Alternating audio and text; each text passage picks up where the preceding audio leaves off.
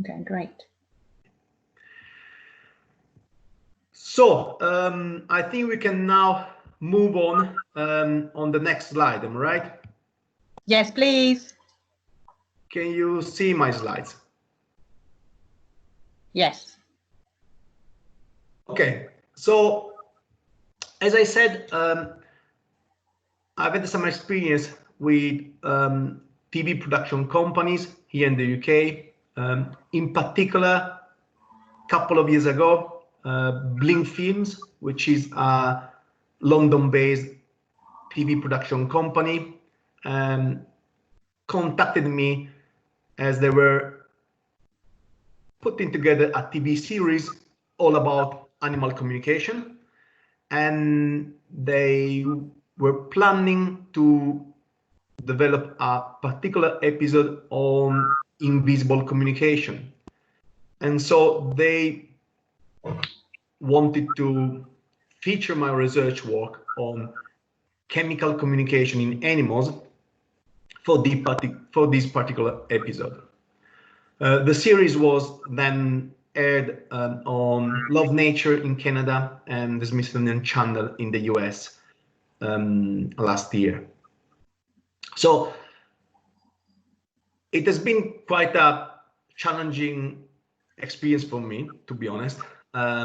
Also because, you know, I'm not a native English speaker. I moved from Italy to the UK relatively late, so only 7 years ago, and I never feel confident, or at least I always feel under pressure when I have to deliver a very formal presentation or talk, even more in this case with a documentary film in English. And I've had only a previous experience about working with TV production companies, so I found it pretty challenging. So first, I'm gonna share with you a very only 4 or 5 minutes of the documentary film, covering when I'm talking about my work, and then I would like you to provide us with your feedback. So just don't be afraid of write any kind of comments or points of strength, points of weakness. I have to say it's actually an example of a pretty poor performance by myself. So please write your comments in the chat, and then I will provide you my feedback and also to explaining the behind the scenes and how things were done and what I found easy or challenging. Okay, so what I could have done better if I had the opportunity to do it again. So I'm gonna stop sharing the slides and I will try to share the video.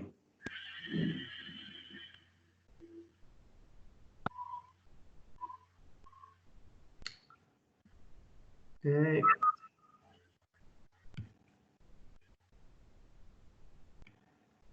Hopefully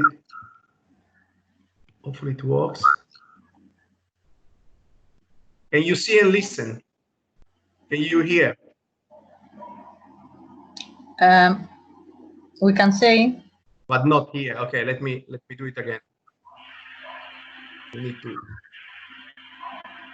Let's try and.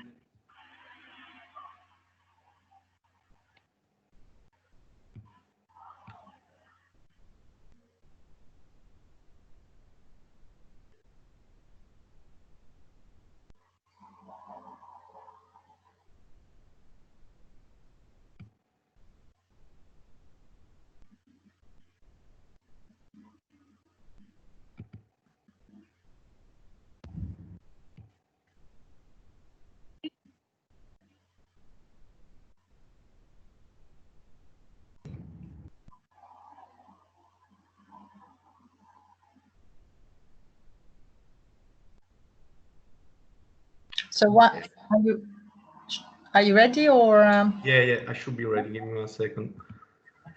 As you know, we've tried this a few times, but No, I was gonna say while you're preparing, like Should some. work. It should Okay. work. Most Can you desirable listen? mate. Can you hear? Yep. Great. Animal behaviorist Dr. Stefano Vaglio has been studying primate communication for over 15 years. I was one of the first scientists to look into olfactory communication in primates. I found that the information communicated between primates by using olfaction is actually very complex. There are 6 species of baboons, and all live in large troops where every member has its place in the pecking order. Females inherit their status from their mothers. But males must work their way up through the ranks. The higher their rank, the better chance they have of securing mating rights. But climbing the rungs of the social ladder isn't easy. Males are fiercely protective of their own bloodlines.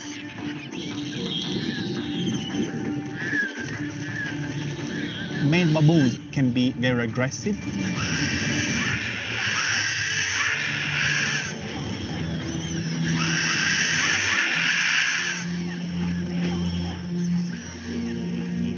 Sometimes they might even kill infants, as they might think that they are not their offspring.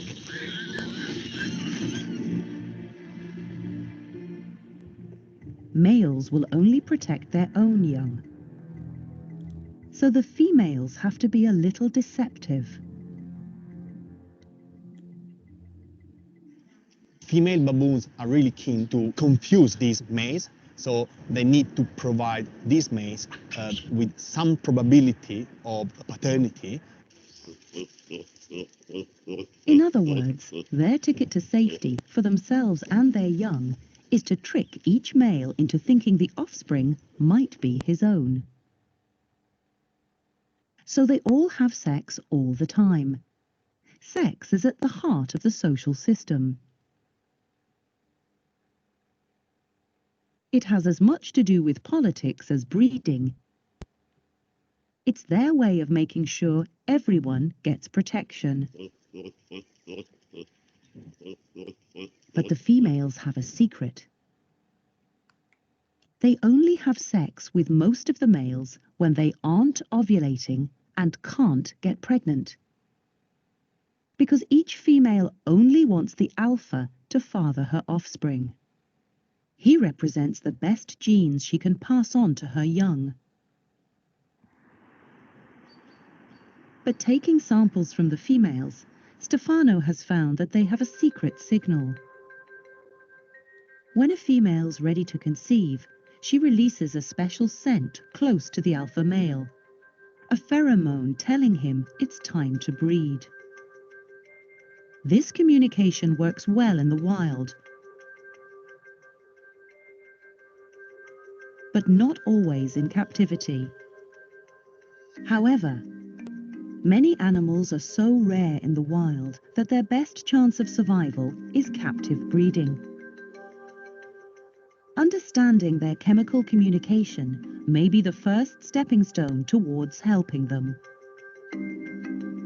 We aim to understand and ideally recreate in the lab the right chemical signals which can control primate behavior.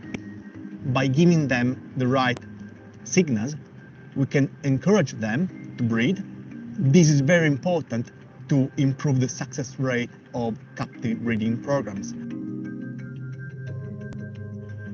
Stefano's work has been key to unlocking the role of scent and revealing its potential for helping conservation. Many of his colleagues, like Rachel Sawyers, are building. Okay, I think that's enough. I'm gonna share the slides again. Give me 1 second. I was awful. Okay, so what I'm happy for people to type in the chat box what their commentaries, but my personal comment is that we are all extremely critical of ourselves. That was a really good delivery. And I know that we all probably hate watching and hearing ourselves. I think what you did really well there was to communicate, because you were trying to avoid saying pheromones all the time. So you were trying to say scent and you were trying to say signal. And I think that was really well done, very professionally done and based on evidence, which is what lots of the scientific communication, whether it's social sciences or engineering, business, any kind of field, should be based on. Okay. And that's actually the tricky bit about communicating with the media, that we are sometimes tempted to oversimplify and we go away from the evidence, or we slightly narrate it in a different way. And we should try not to do that. We should try and be as concise and as effective, keeping the scientific facts into account when we communicate. So yes, very positive comment in the chat box, Stefano. I don't know, do you want to comment on what you thought? Yeah, I can tell you what happened. Good point about I've got good point about actually I was asked to dress, in a informal way, and maybe it was actually too formal to be at the zoo with the animals. I totally agree with you. And on the point of accent, I can say that I think, and we see that a lot lately in the media, accents don't matter when your message is strong enough and evidence-based. Yeah. So I don't think anyone should be put off by the fact that it's not their native language or that they have an accent. What they should think about in advance is to prepare as much as they can. And sometimes you are given a brief, as you just said, they ask you to dress in a certain way. You can ask to have access to the questions in advance or the overall skeleton and guidelines, so you can prepare and try and answer in a way where you don't feel that you're put on the spot. Obviously, try and speak slowly, because I have a tendency, I think I speak fast normally, and when you do things like that, you should try and speak not in a way where people think that you cannot put a sentence together, but in a way where they can follow what you're saying. Yeah, I can see a good point about the terminology. Yeah, that's a very good point. And I was told, and it's actually a good piece of advice to try not to use scientific terminology too much, and also sorry, I'm stopping sharing the screen and then I will put the slides on again. Thanks, Deborah. So also, it's not ideal to use too many scientific terms, and also, again, you need to make sure that they are understandable for the audience. So good point for the chat, from the chat. Looking at more messages. I mean, many positive comments. Thank you very much, guys. Too kind, to be honest. Also in terms of filming style, and I can see this message. It's actually about decisions by the filmmaker and the camera person. So I didn't have any decision-making power on these. I can tell you something about what was my experience, what I found challenging. First of all, I mean, they got in touch with me very much in advance. So we had a very long, they wanted to understand the story I could provide them with, and my research work in detail and so on. So we have had a very long correspondence, so a few weeks. But then when it came to get this done, they provided me with a list of potential questions, because I asked them to have a list of questions to get prepared in advance. And they provided me with a list of some 45 questions, which is quite a lot, only 1 week in advance. And then I tried and worked hard for a few days to get prepared. And then we had 2 full days at the zoo to make the documentary filming. And in the end, it was first day was just trying everything, including, I know, we had experiments with the animals, had to make animals reacting as they wanted. So it was not easy. But first day was just trying our methods. For the next day, experiment, potential, questions and answers. And then the next day was 1 full day filming. So I can say 12 hours from very early morning to late night. For them, I don't know, I mean, in the full documentary film, there are probably 15, 20, 25 minutes maximum with me and 2 PhD students of mine talking. So with 12 hours filming for, in the end, maybe 20 minutes, maybe even less. And actually, they asked me some of the questions that they provided me in advance, and so I got prepared before the day, but they also asked me new questions. So I was asked further questions out of the blue at the moment, which was quite stressful. Obviously, we could do and redo a few times each scene, and this was actually what happened. But it was a very challenging process, lots of preparation in advance, which was important, but for me, quite stressful. Again, maybe it's also me for sure, so I was probably overstressed because of lack of experience, because of I'm not native English speaker, and so it's probably about my personal approach.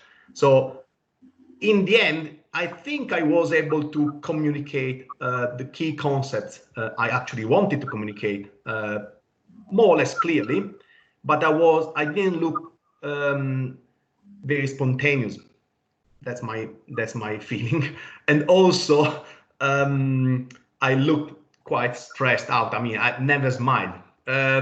So looking back, I would have if I did it again, I would try to get prepared again, very much in advance, but then be more relaxed at the moment, smile a little bit, and I did well in terms of speaking clearly, not too fast, not to use too much scientific terms, but also I would try to look more spontaneous.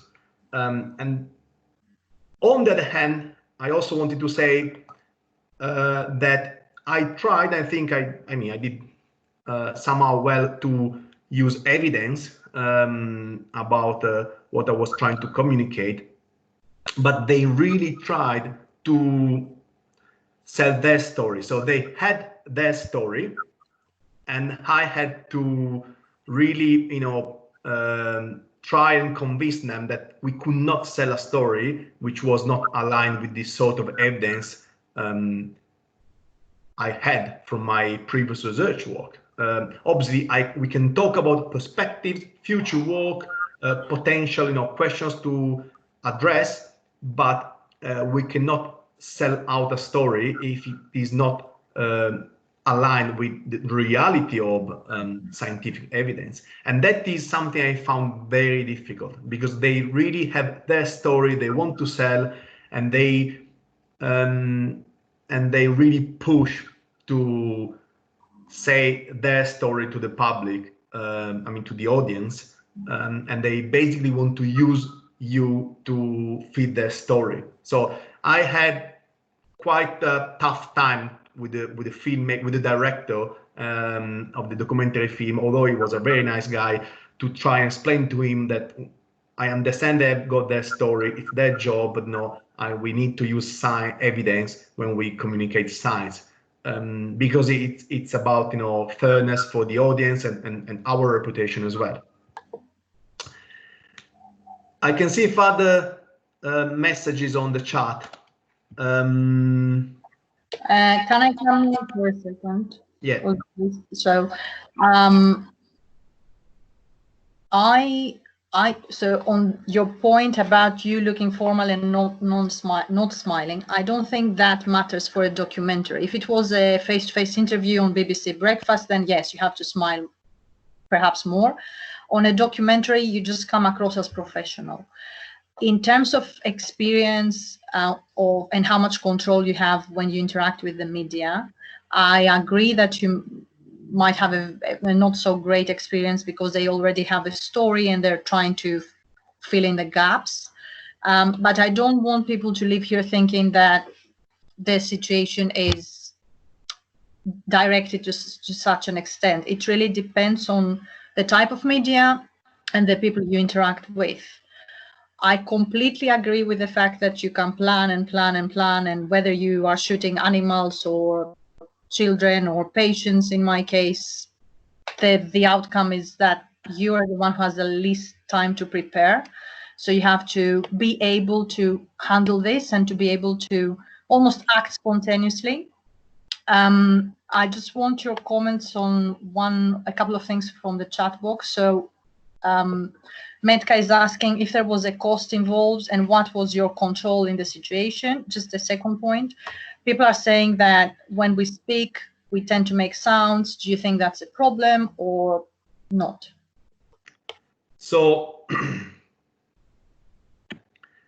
in terms of Metka point, there were no costs involved for me. They covered all costs involved in terms of traveling and equipment, also for me and my PhD students. So there were no costs involved for us. We're not paid as well, because it was more for the glory, say that. But so we invested quite a lot of time. So I invested 1 full week of my time plus corresponding before and afterwards. But they covered all the costs. In terms of control, it's a very good point. So they provided me with questions, and obviously I had control on my answers, but they really cut the majority of the filming and they put together pieces of the puzzle. And obviously, if you looked at the entire documentary film, they're telling their story, which was not necessarily the story I would have put together.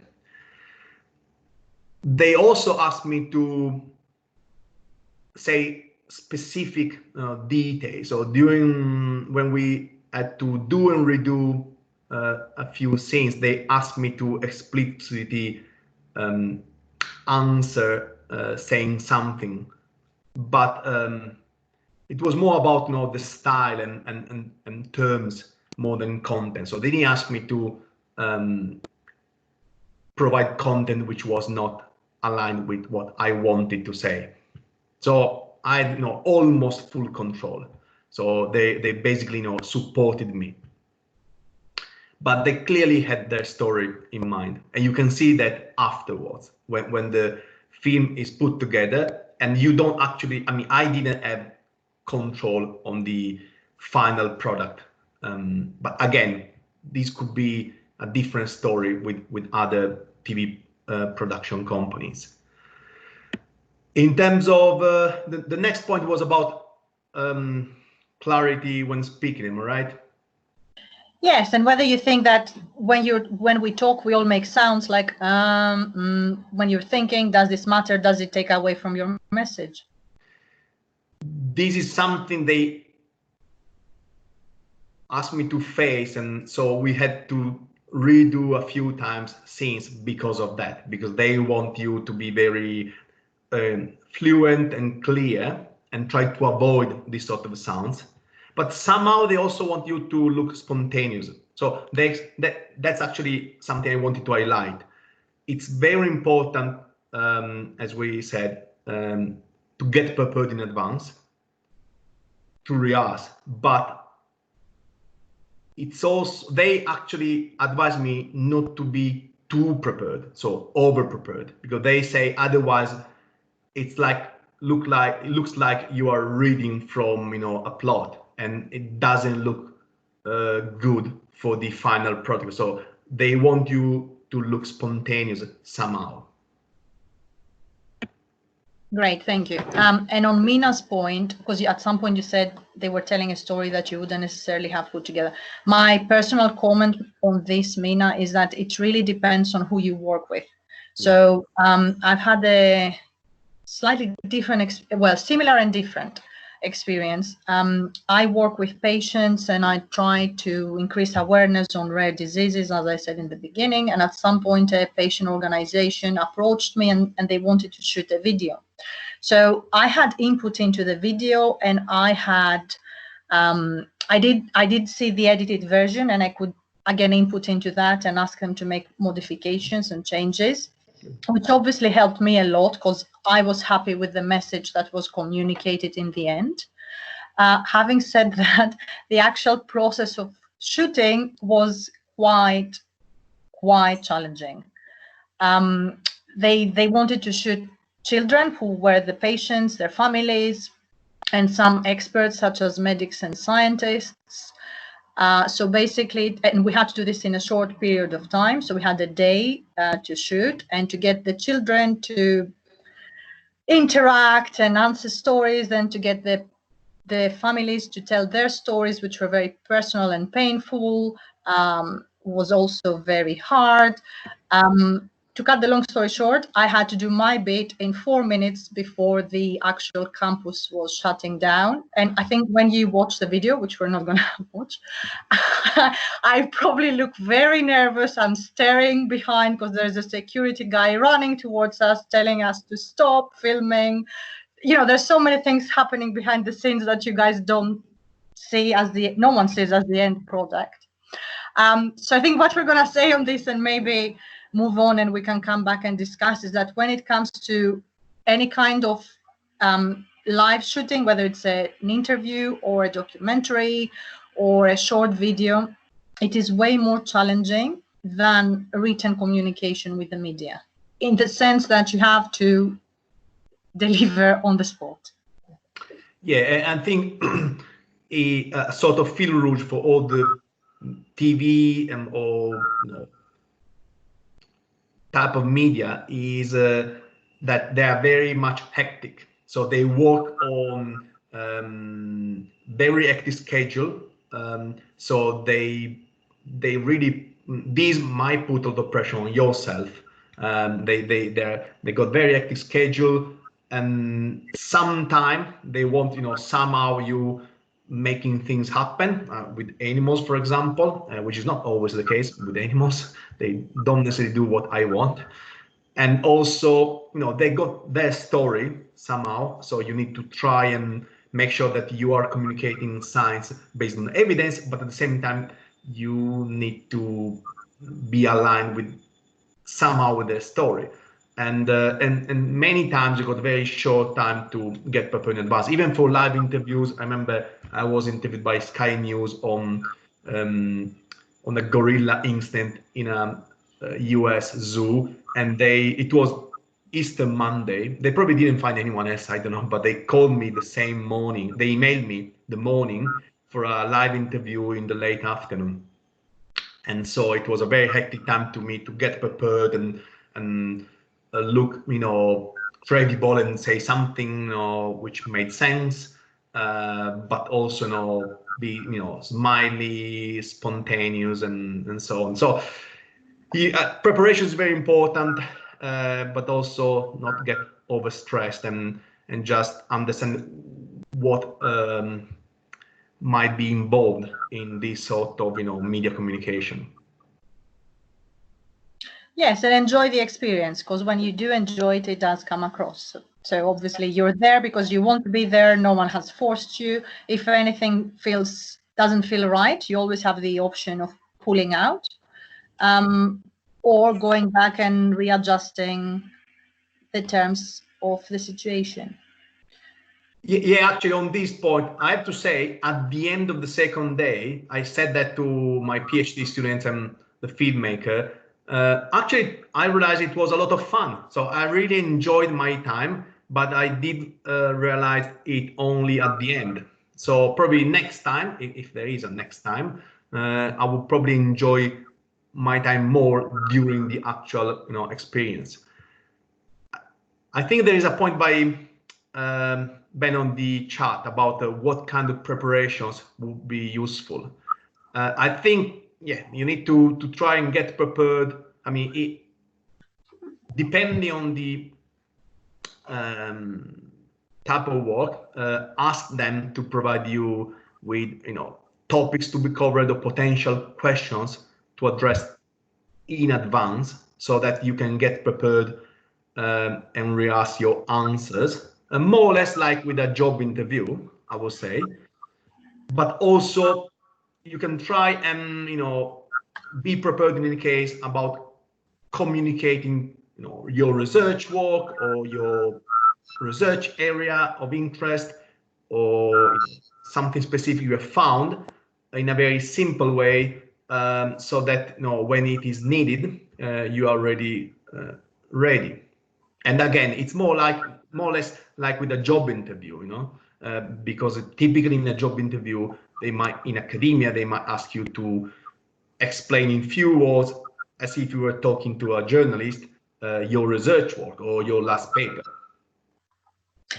Yes, and one very effective way of preparing, because usually when media contact you, they want you to do something very quickly, is a task similar to what we asked you to do for today's session. So if you have the opportunity and the willingness, please try and shoot a 3-minute video of your work. We're going to show a couple, we're going to show 2 next. And I think in terms of making yourselves more visible to media, it is also worth, once you've shot this video and you've been through the experience and you've edited, to maybe put it on YouTube, because that's one of the channels by which the media can find you.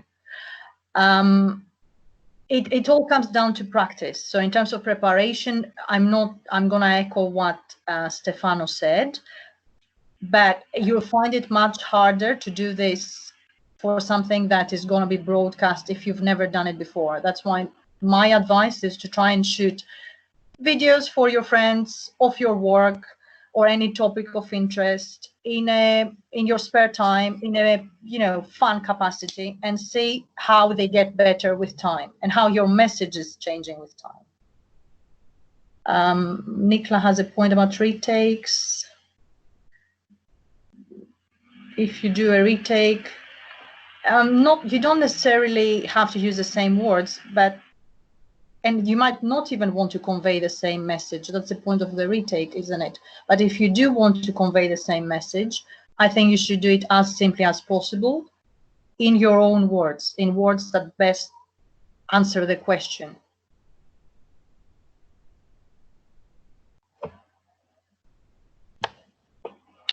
Shall we move on to the next slides? Yeah, okay. Let me try and share again the presentation slides.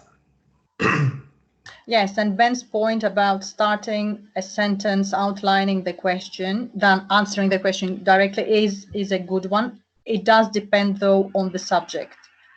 So, in my case, if they're asking me what does a specific gene do, which again, they wouldn't be asking me in those terms, but in that case, you're setting the scene, so you're providing a short introduction before you answer the question. Sometimes all you have to do is just provide a straight answer. The gene does this. It really depends on the context, but do try and get the questions in advance if you can, or get a memo in advance if you can.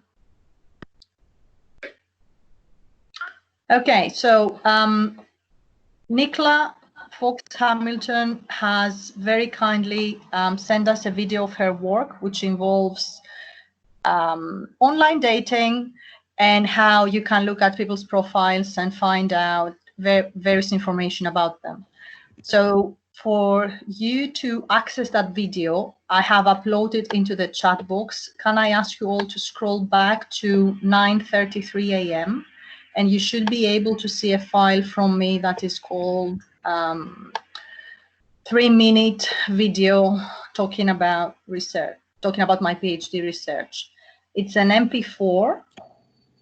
Can we ask you to view it in your own time? So it's a 3-minute video. We're going to give you, let's say, 6 minutes to view it. And then we're going to come back and, oh, some people cannot see it. Okay. If you scroll back up, can you not see it? Because I would have to re-upload it, and I can do that, but it does take some time. Okay. Right, let's do something else.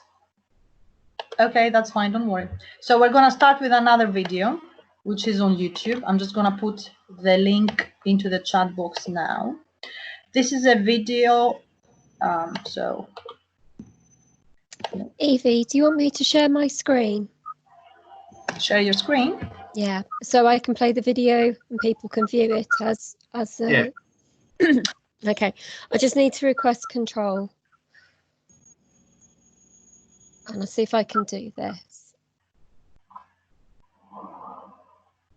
Okay, so this is Nicola's video, hopefully.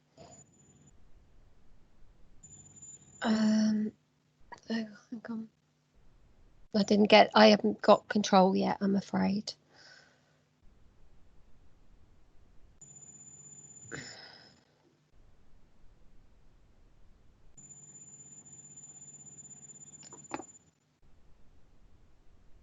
Sorry, I'm having to go back to open it.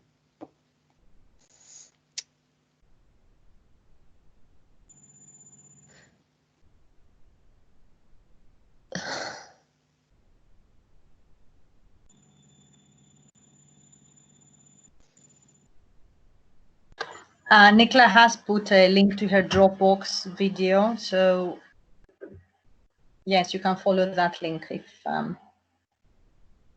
you can, while we're trying to play it.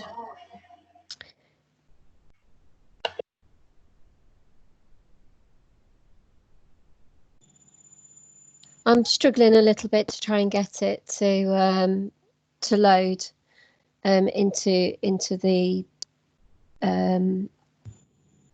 into the system. Let me try again. I can play the video on my screen and share the screen if you want. That would probably be better. Oh, I've Yeah. I've got it up on my screen now. It's just let me share my screen. Okay. I don't know if you. It's not allowing me to share my screen, so it might be quicker for you to do it. Sorry. Okay, I can do it. Okay. 1 second.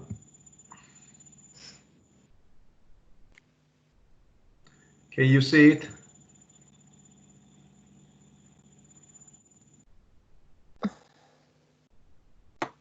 Is it okay? Yep.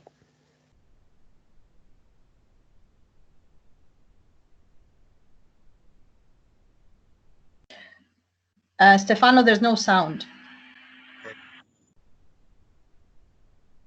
Try again.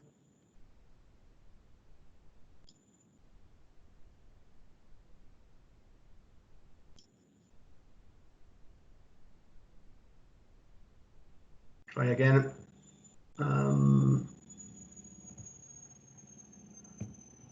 Now it should work. Hi, my name is Dr. Nicola Okay. Fox Hamilton. I'm going to talk a little about my study which looked at how people describe and talk about their personality traits in their online dating profiles and how accurately other people can determine what kind of personality they have from those dating profiles. So a lot of daters report frustration in trying to convey who they really are in their dating profiles because dating platforms are quite restrictive in how you can express yourself. And on the other side of it, daters report a lot of frustration and anxiety around being able to really tell what somebody is like from their dating profiles. So I wanted to look a bit closer at this and to see how do people express their personality in their profiles? Is it consistent, and can you determine what somebody's personality is like from their dating profile? So I asked people to write profiles for me, and I looked at real online dating profiles, and I looked at how they describe their personality traits. So for example, if someone says that they are really outgoing and the life and soul of the party, then they're probably more likely to be extrovert. If they say that their favorite thing to do is stay in with a good book, then maybe they're more likely to be introverted. So I looked at those kinds of statements, and I also looked statistically at the language that people use as well. And what I found is that there's not a lot of consistent patterns in dating profiles related to personality, which might explain why people find it difficult to feel what somebody's really like. Then I also showed profiles to a group of participants, and I asked them to tell me what kind of personality they thought the person had. And they were very, very inaccurate at determining their personality. So emotional stability was the most accurately detected trait, but only a small percentage of people were really able to do that. So why is this important? Well, it shows that dating profiles aren't necessarily a good place to express your personality in a way that other people are able to accurately detect it. But also people base some of their judgments of attraction on the dating profile. And so if you're getting an inaccurate perception of what a person is like, then your perceptions of their attractiveness might also be wrong. And so I looked at this as well. And people based their attraction on how they perceived the person to be and not what they were actually like. So there were some traits that were more attractive, like high emotional stability, which is consistently more attractive to people across the board, online and offline. And then openness was less attractive. And that might be because people who are higher in openness are more liberal and more likely to not be religious, not be conservative, not be traditional. And so those statements might have put some people off, but they might have been more attractive to the people who were also open. So it's quite interesting to see how dating profiles can give an inaccurate perception of somebody and how we can base our judgments of attraction on that. And it may explain why so many first dates are not terribly successful, because our perceptions are not quite accurate coming from online dating. Fantastic.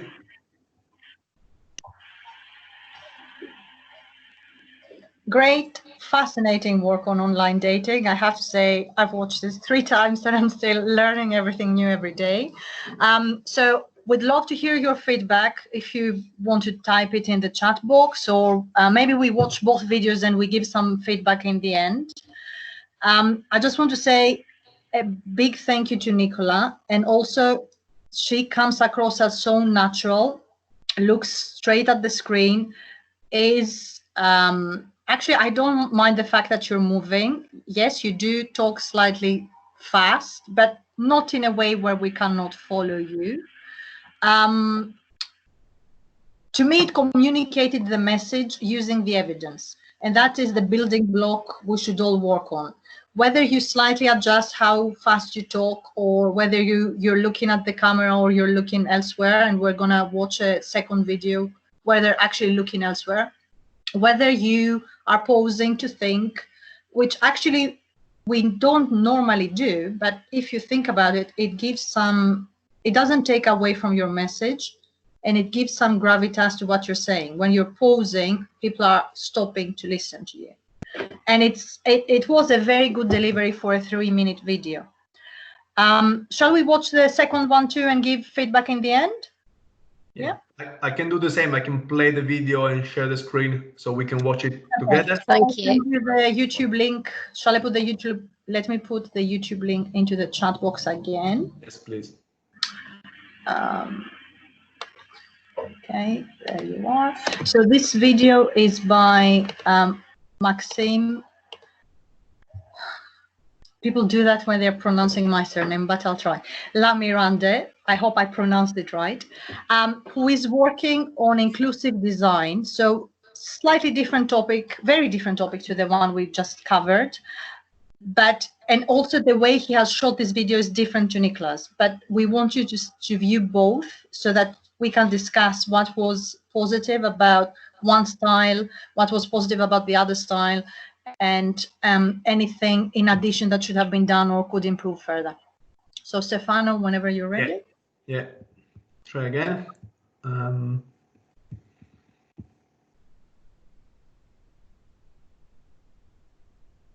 Give me 1 sec.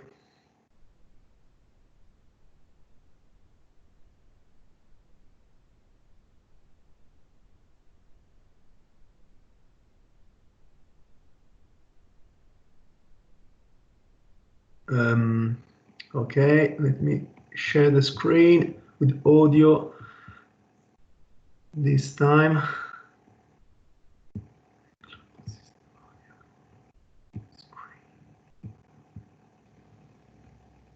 There we are. You see them in the design and planning of various different products, events, buildings, spaces, initiatives, legislation, policies. Designers sometimes criticize that adopting these inclusive practices have no business case, that they sacrifice aesthetics, that they stifle creativity. And so these criticisms make it so that the uptake today of inclusive design is quite threatened. But recently, with lockdowns and different social equity movements, we've realized that a lot of the criticism that existed before is actually being dethroned, and all of these old normal ways of practicing design are quite obsolete. I'm gonna restart because I shouldn't be saying that. And so it's this really novel and critical opportunity to actually engage with inclusive design, especially since its standards and its ways of thinking are obviously shifting. So this research is a grounded theory approach, where it's this loop between practice and theory, and developing a hypothesis about what's actually going on in inclusive design in practice.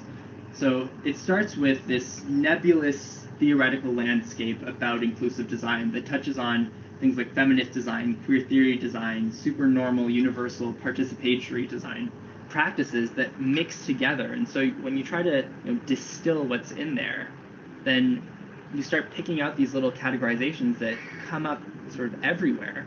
And that's what is really critical about this research, and that's what I want to try to find, in that what are these overarching practices, or what are these overarching characteristics, and then how are they manifesting in practice, and not just then, but right now with lockdown and with these social equity movements, and then how is it going to look in 6 months? Are we going to maintain all of these new practices that we've come up with, or are they just going to go back to the normal ways of designing?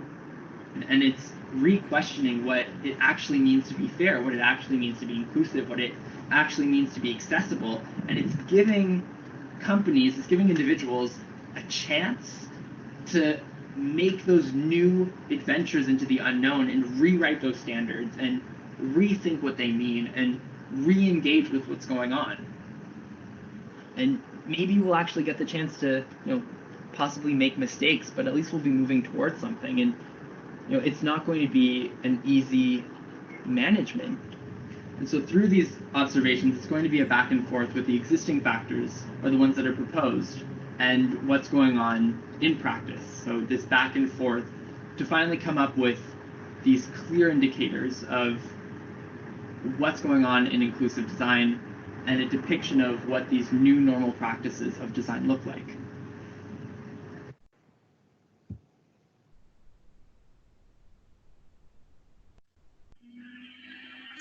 Great, thank you.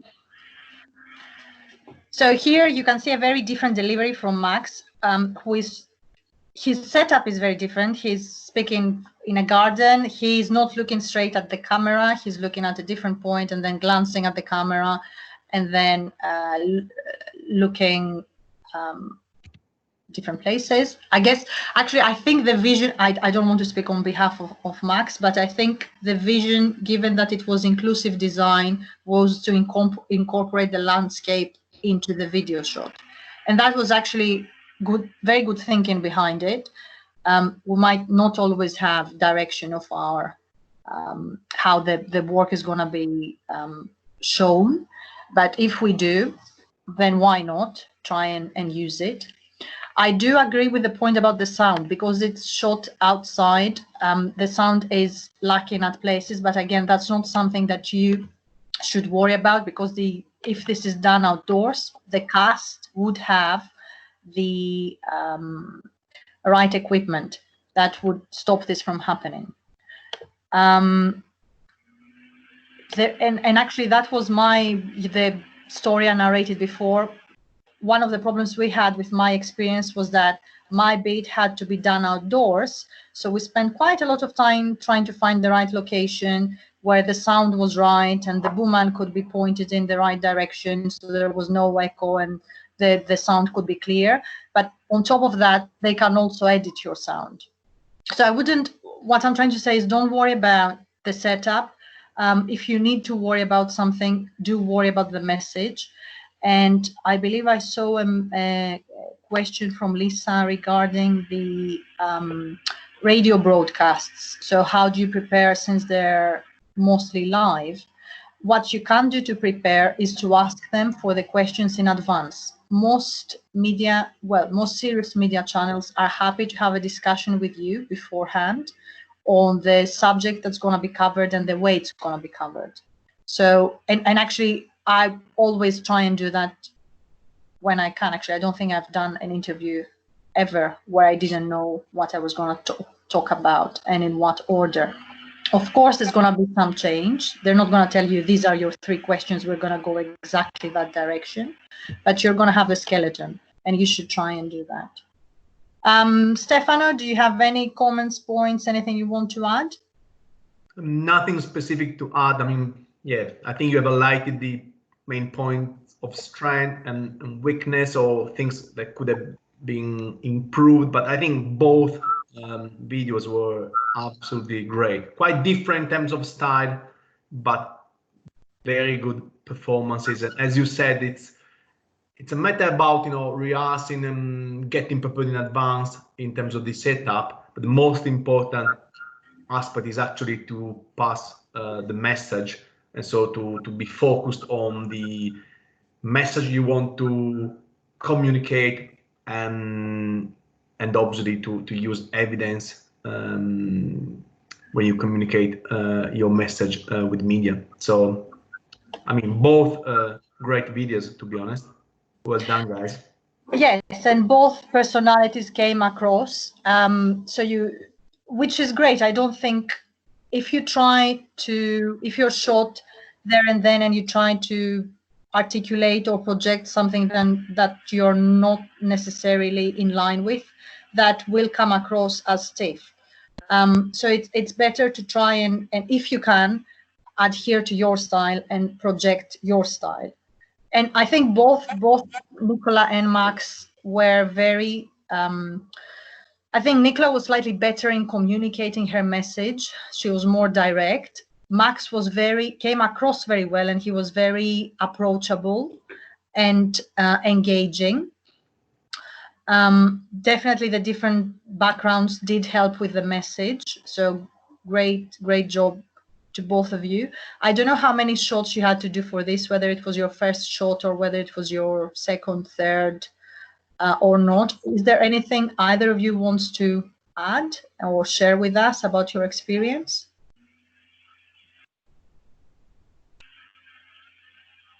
In writing or perhaps at the end? Okay, so Nicola is saying it was her third shot. Okay.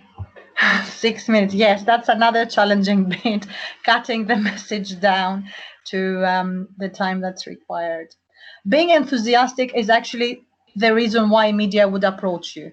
So there's a number of reasons. They're going to approach you because you have the right expertise, but they do, at least in my experience, they do want you to be interactive and enthusiastic. If you're someone who is highly knowledgeable, but that knowledge doesn't come across, then they might not contact you again. And actually, if you think of all the very effective science communicators, they are very good communicators. They're very engaging. They're very enthusiastic. You want to hear what they're saying. Okay, so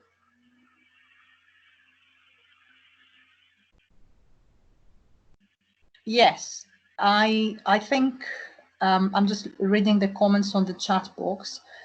It is always something that, well, I suppose once you've shot a video, then you're always thinking of ways to critique yourself.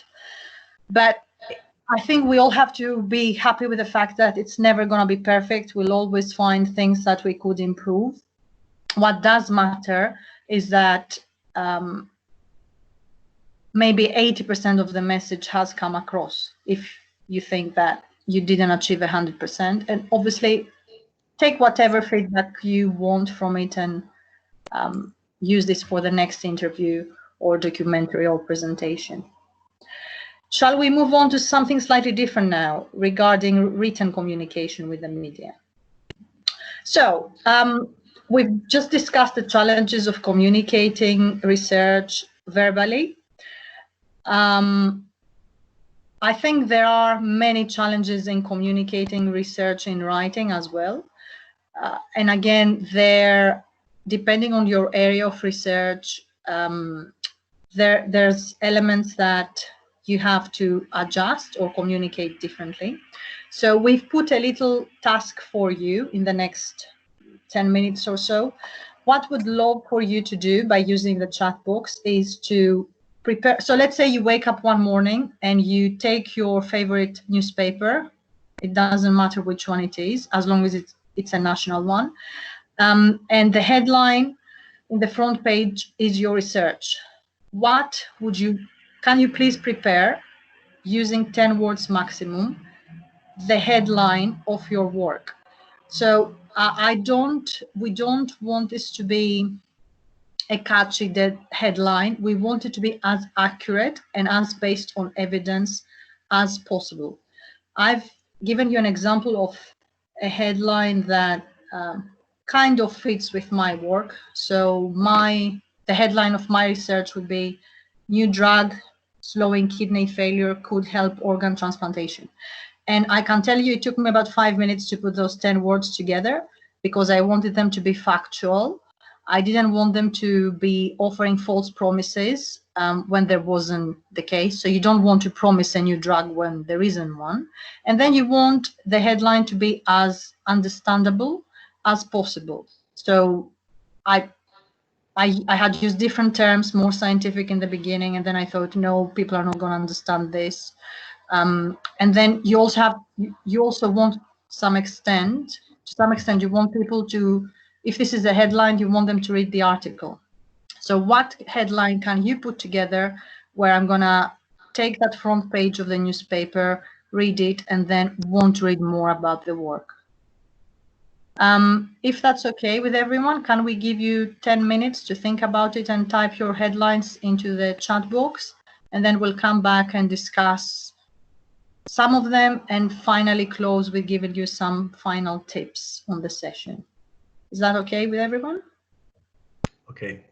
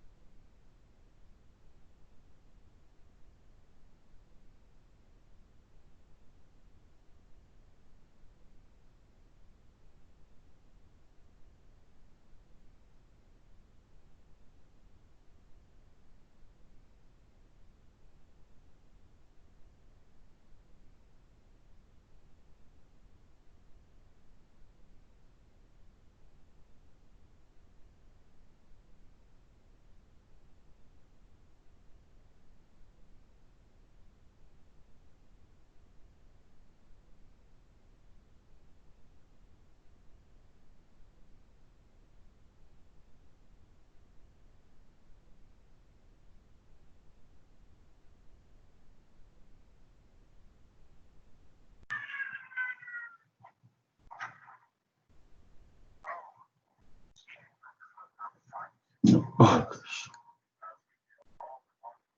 No. I don't know.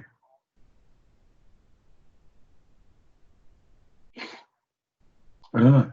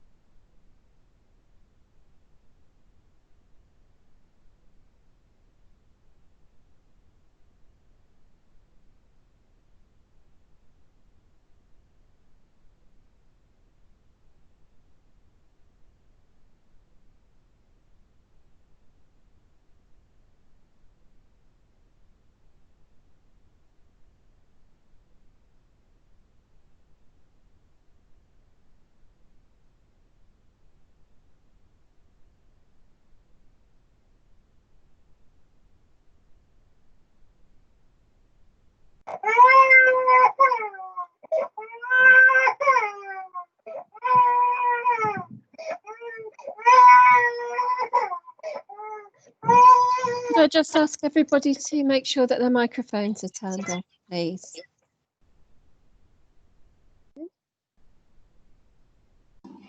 Okay, it's 20 past according to my watch. Amazing work, everyone. I'm extremely fascinated reading your titles. We're just a bit short of time, so I'm going to give some generic feedback, and then we're going to move on to our final slide. As I said, very, very interesting titles that we have in the chat box. And they do mostly communicate your message. What we all need to remember is that these are not titles for a scientific publication, so please avoid using acronyms because non-experts wouldn't know. I personally prefer statements as opposed to questions. I don't think you're going to see a question in a newspaper headline, and you want something that grabs attention. So something that creates a reaction. For example, I was reading this one about, let me find it.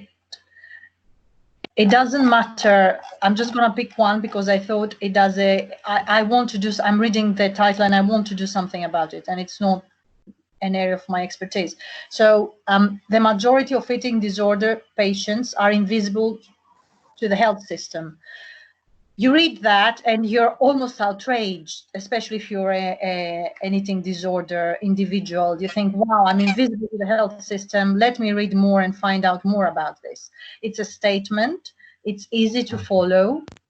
It uses simple words and it's not simplistic. So that's the kind of direction you want to go. And please remember that communicating your work in writing to an expert audience is very, very different to communicating your work to the broader non-expert audience. So Stefano, shall we move on to the last slide? Yeah.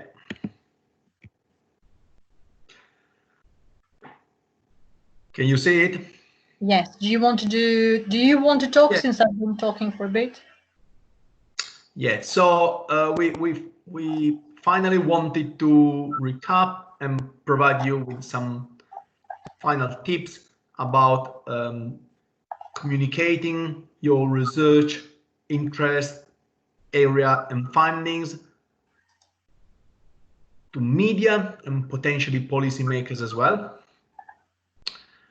So first of all, it is crucial that when communicating your research to media, journalists, policymakers, and so on, you try and use simple language. So try and avoid scientific terms, which might not be very clear or very easy to understand for journalists or media people. However, also try and avoid oversimplification, because otherwise you would take the risk and pass the wrong message. So avoid scientific terms, use simple language, but not oversimplify. As we said before, be prepared in advance. So ask for questions that you might need to address, but also, on the basis of my experience, don't get too prepared. Try to look spontaneous. Be concise and effective. That's very important. So clarity and synthesis when you communicate research to any type of audience, behind the scientific community or academia.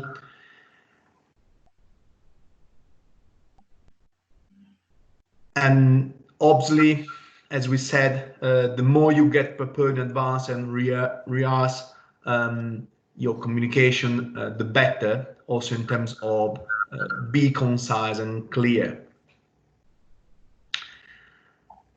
And these are general piece of advice for communicating research to any type of audience outside of academia and the scientific community. More specifically, if you have to interact with journalists or other media people, bear in mind that they're looking for nice stories to sell out. So they want you to provide them with nice stories which might be attractive for their audience.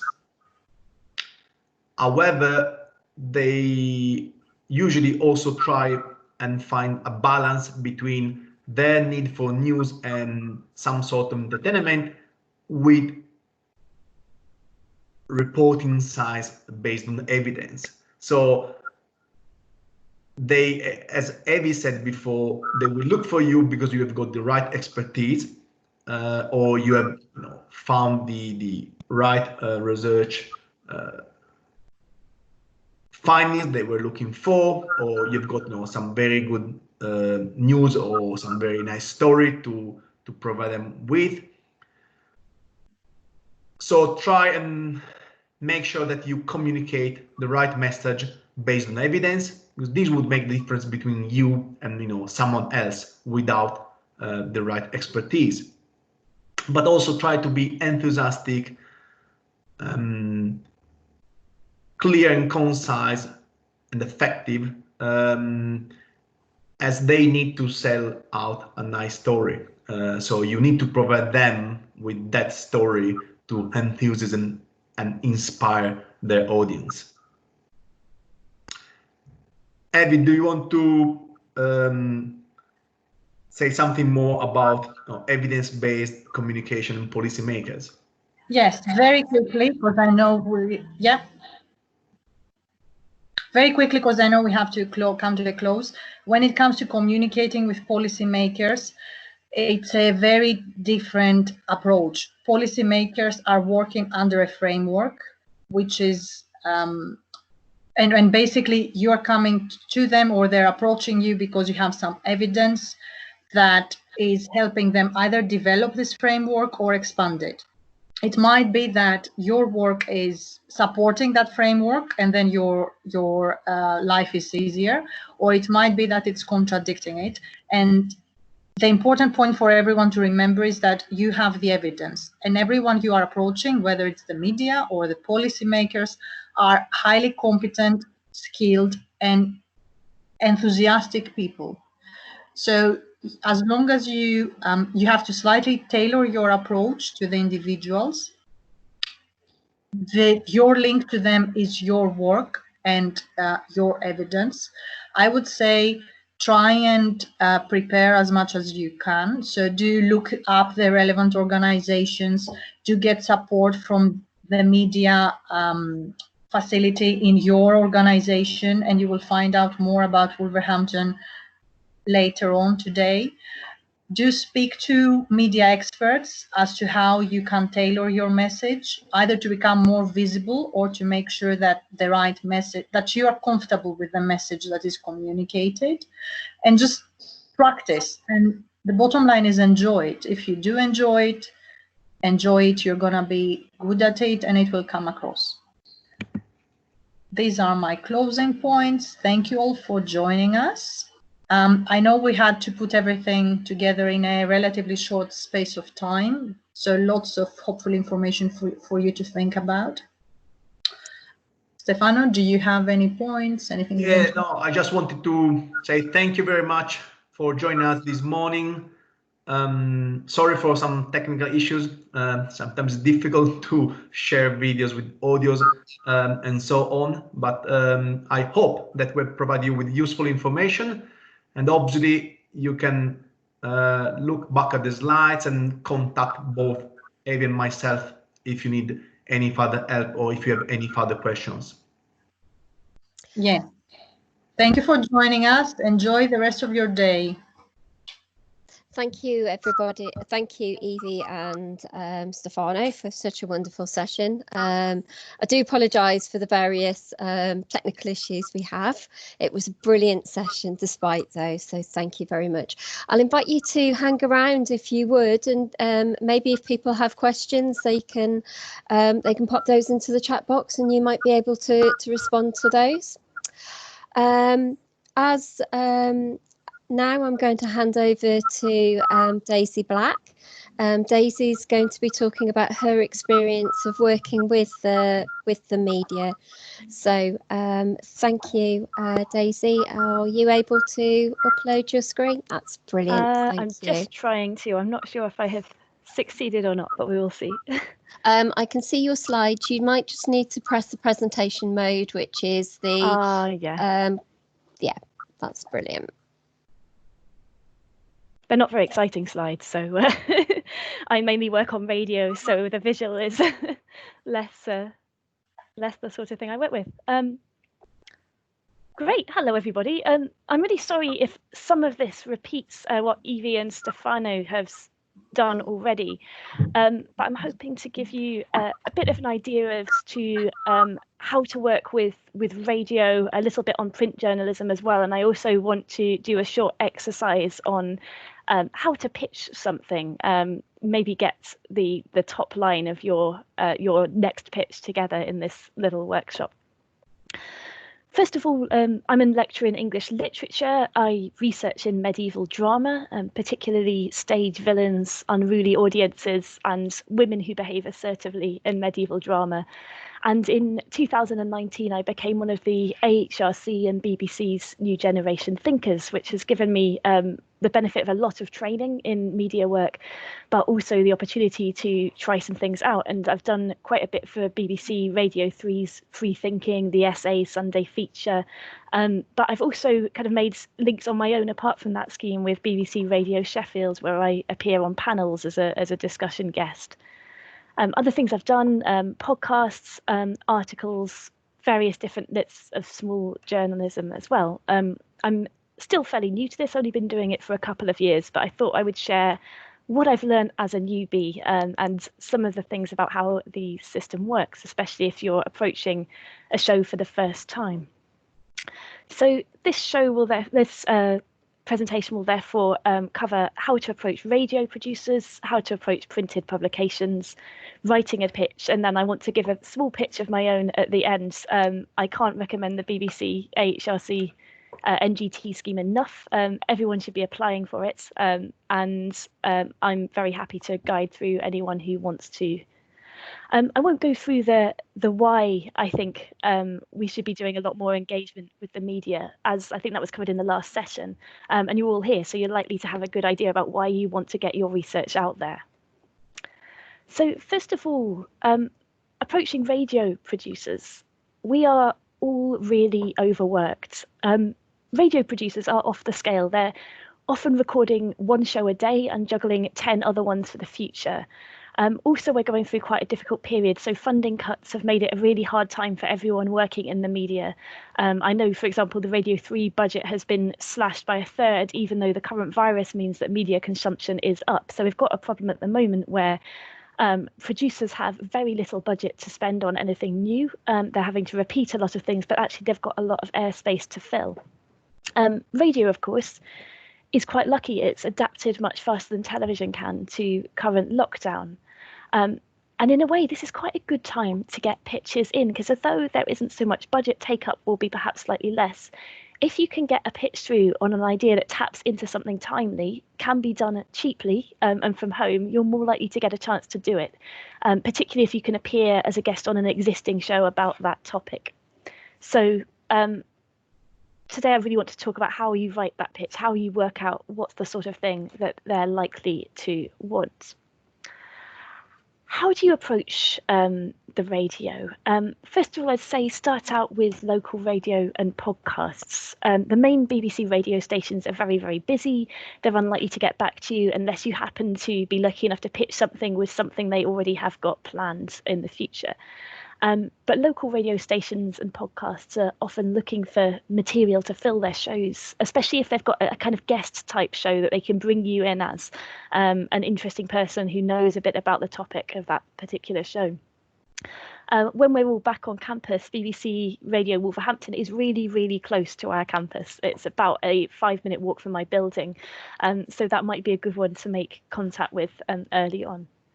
There's also, as you probably know, lots and lots of podcasts, many of which are specialists in our fields. And I really recommend doing some research to see what's available and contact the producers directly if you want to appear on those.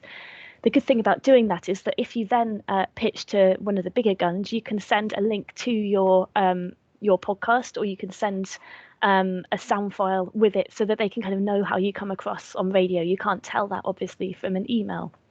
And if you do any of this stuff, keep sound files of it so you've got something you can send off.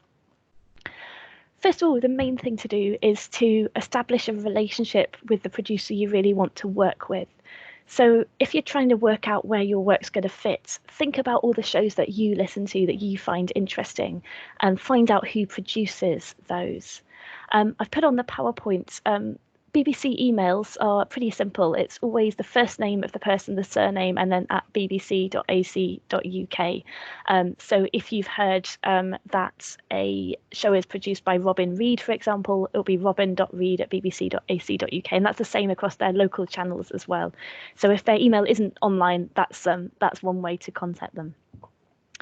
Don't go for the obvious shows. Pretty much everyone thinks their work will be perfect on Women's Hour, and I only know about 2 academics who succeeded getting on that programme. However, I know lots who've been on Radio 3's Free Thinking, The Essay, Between the Ears, etc.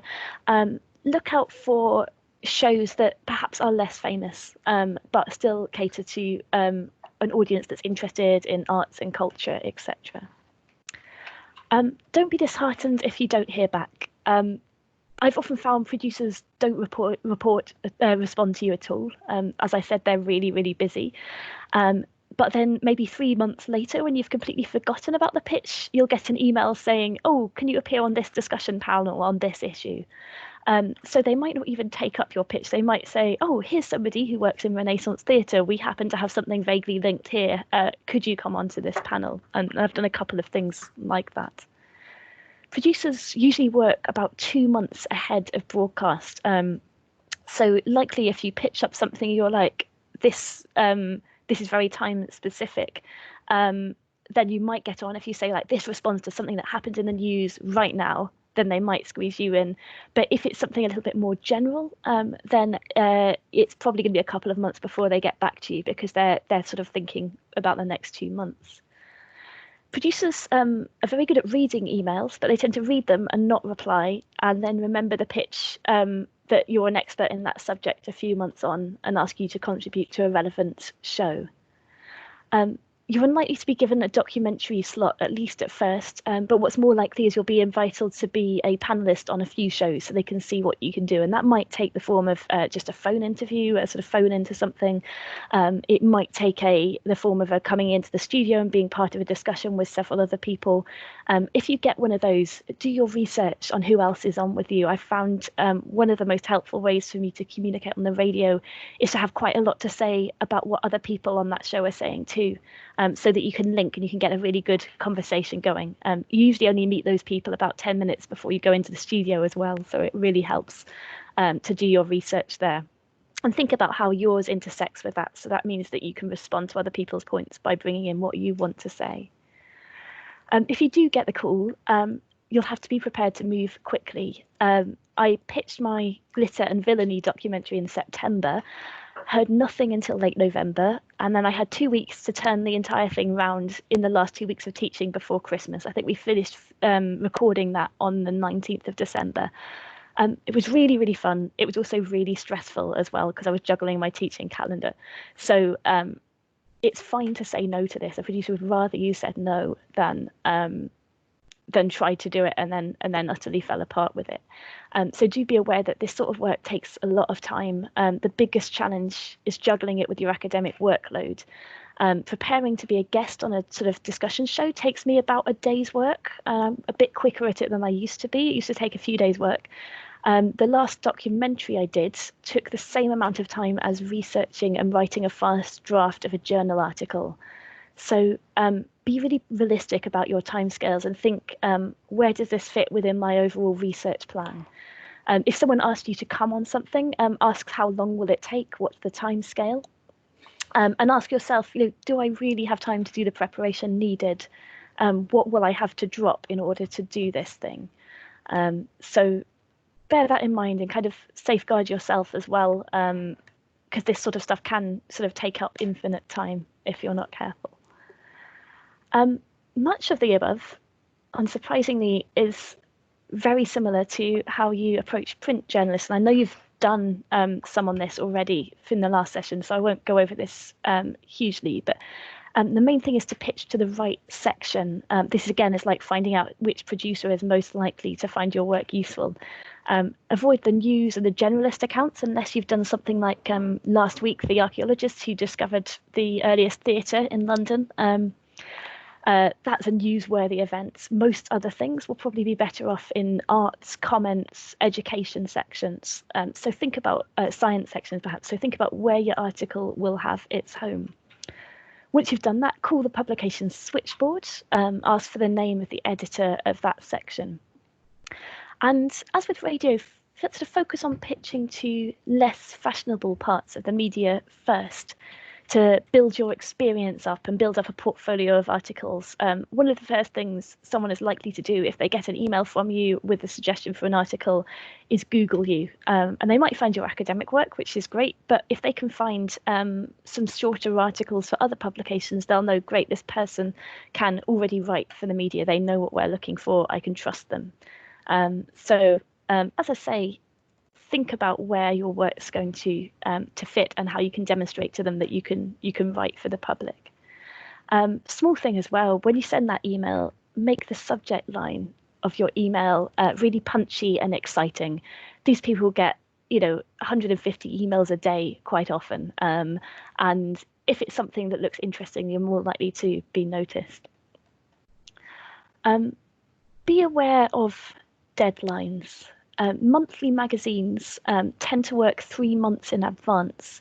So if you know your research is going to be really relevant for a certain time, so for example, there's an anniversary of a historical event, get it in 4 months early, because that's when the editors will be thinking about, okay, what's coming up? What do we need for that article? That's especially the case with things like the BBC History magazine, for example.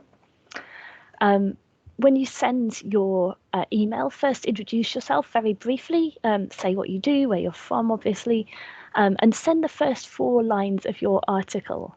The first 4 lines of an article in print journalism should tell the entire story and balance it. So it should include a fantastic first sentence that draws you in. By the end of those 4 lines, the reader needs to know exactly what the whole article is about. So it's an interesting writing exercise to get that right.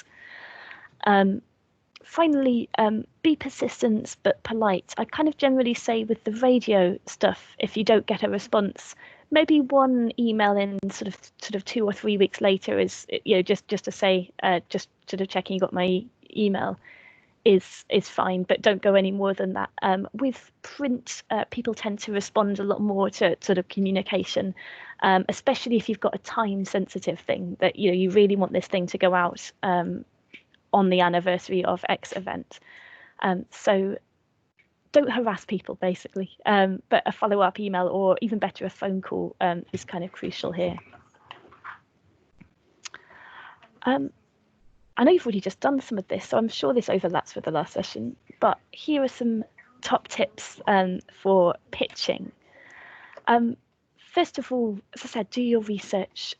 Listen to the radio shows being produced. Read the kinds of print journalism that you want to write in your field, and do some basic literary cultural analysis on it. How do they introduce their ideas? What's the format? How does the presenter introduce it if it's a radio show? How does the entire thing work? How do the best speakers bounce off of other people in their panel? Then Sophia, analyze how they open. How do they grab a reader's attention? How do they grab a listener's attention?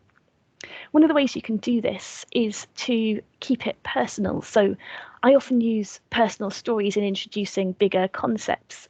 When I did my New Generation Thinker pitch, which was on the relationship between early theatre and food, I told a story about how every time when I was a child, I would go to the pantomime and my mum would buy me an orange ice lolly, and I would get too stuck into the drama and the ice lolly would melt all over me, all over the children next to us, and we'd get to the end of the show and there'd just be this horrible sticky mess.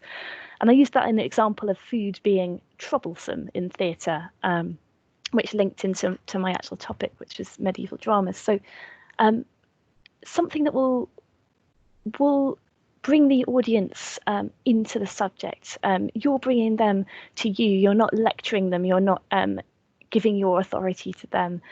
We're telling a story. We're exploring an idea with them. We're reaching out for things that we have in common. And you can get quite a lot of complex ideas across through doing that.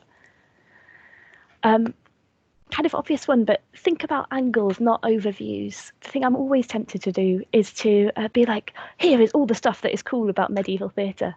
But the more specific you keep your topic, the easier it is to say something interesting, exciting about it. But it also needs to be broad enough that your ideas can be applied to bigger concepts. So, for example, I was writing an academic paper on Herod in the Mystery Cycles. Herod is a fantastic tyrant character. He's also extremely vain.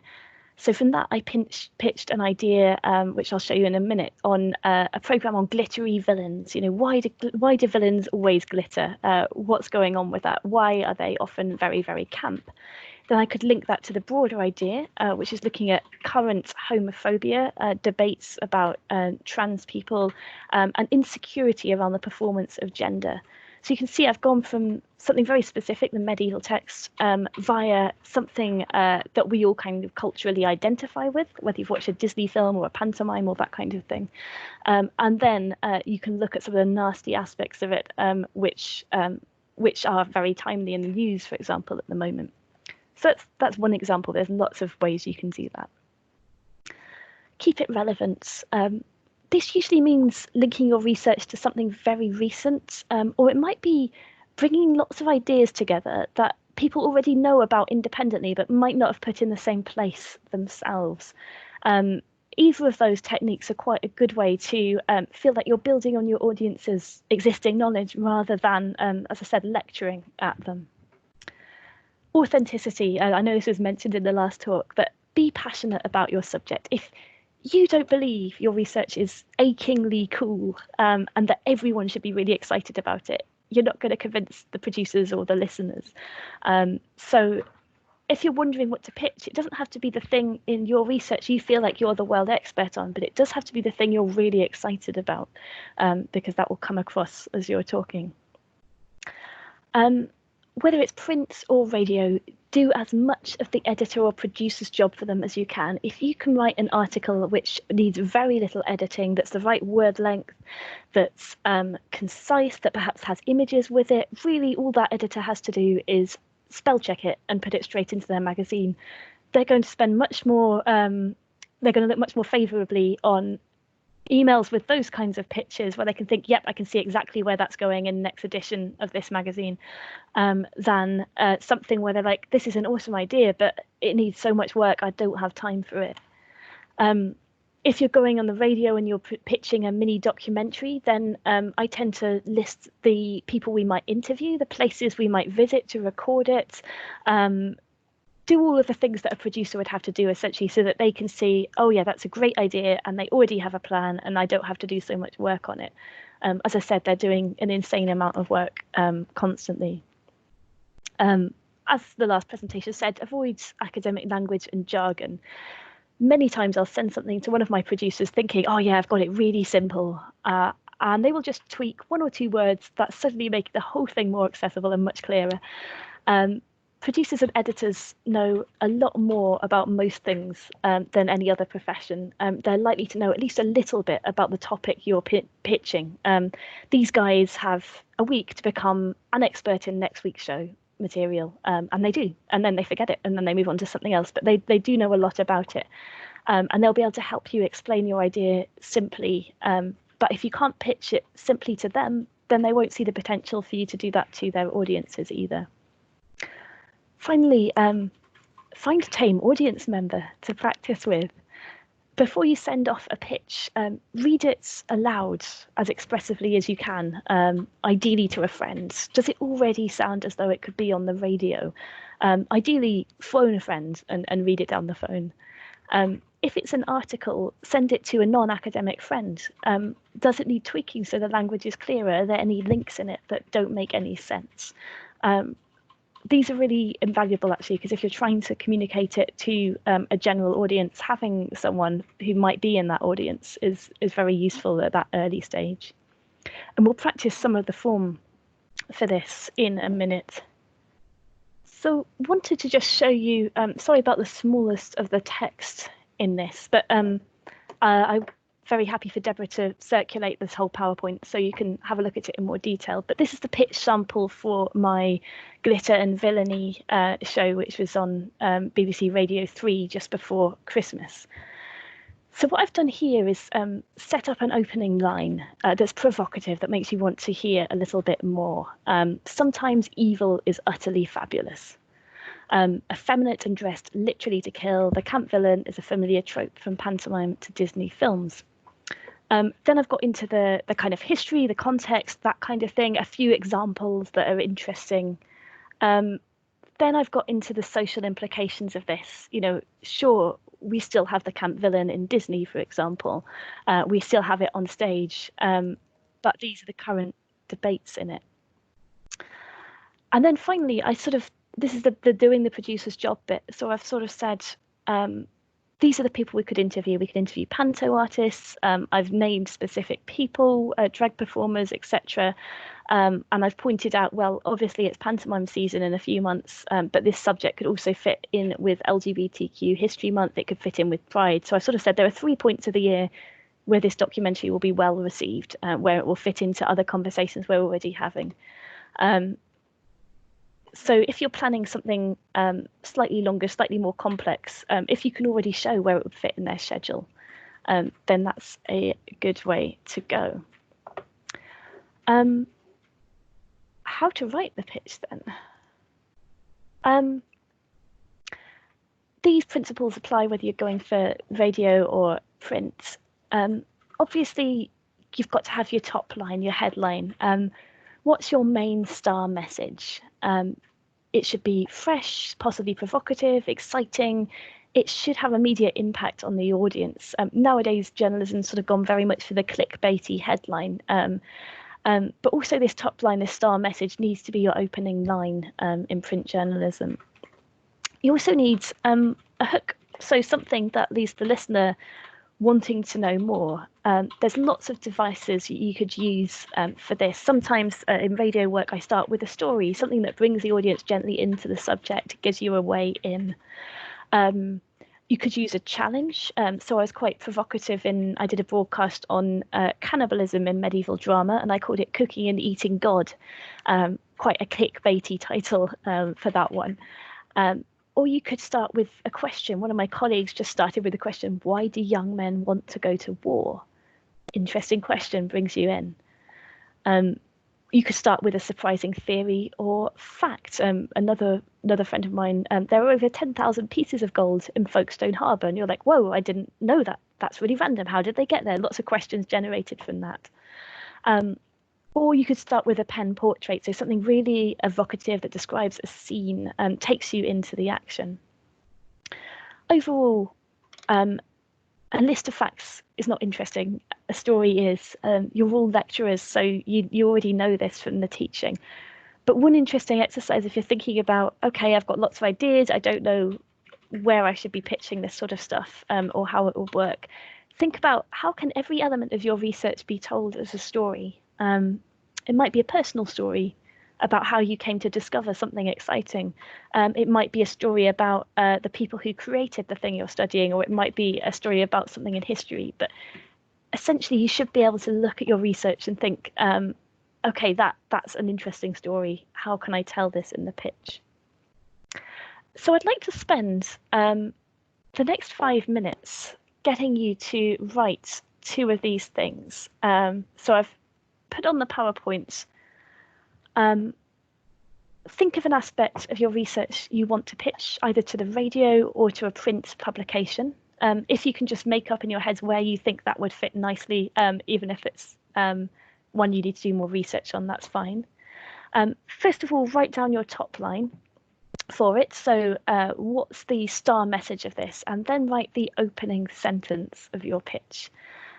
So we'll give 5 minutes, which will take us up to 12 o'clock. And if everyone could put them in the messages once you've done it, that would be excellent. Thank you.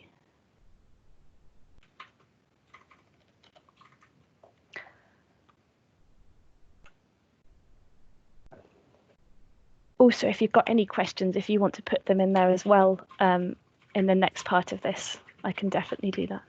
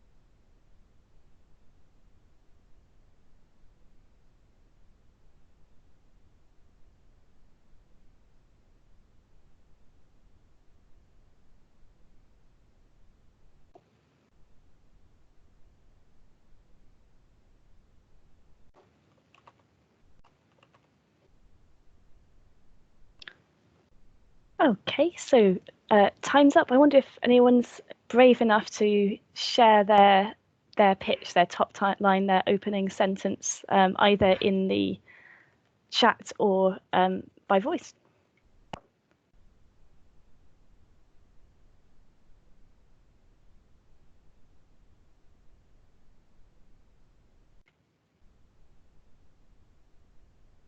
Excellent. There's some great things coming in here. So Nicola Fox Hamilton's written, online dating during lockdown. The first date is a pivotal moment when you have met online. What happens when you can't meet for months?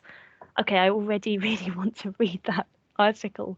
Fantastic, very timely, works well, and it suggests it's going to bring something a little bit more substantial than just sort of, we've seen a lot of case studies, haven't we, recently about, oh, me and my partner couldn't meet for 6 weeks, that kind of thing.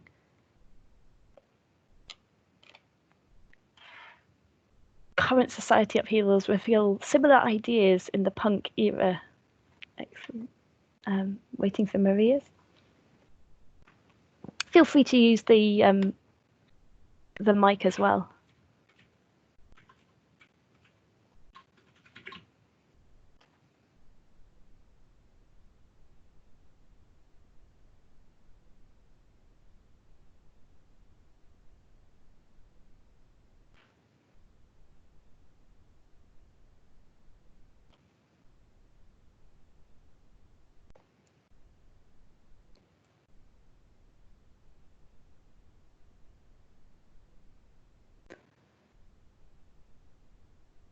Oh, this is great. Maria's gone for quite a provocative first statement. Medical treatment is not enough to recover from an eating disorder. Why are people with eating disorders using Instagram to support their recovery? That's brilliant, because it's moves from a kind of conventional accepted view to how is social media intersecting with this? How is it working? Ben Halligan. It may feel like we're in unknown waters, but punk culture was all about the idea of society breaking down. Is their message still useful today? Excellent. It taps into something that we're all feeling, we're all experiencing at the moment. Again, very, very timely. Oh, I love this. Catastrophic asteroid hit Scotland over 1 billion years ago. That's brilliant, because catastrophic, you kind of think, oh, this must be really recent, but it's 1 billion years ago. What happens to the environment during a major impact event? Wonderful. That draws a lot, I think, on people's knowledge, but people's pop culture as well here.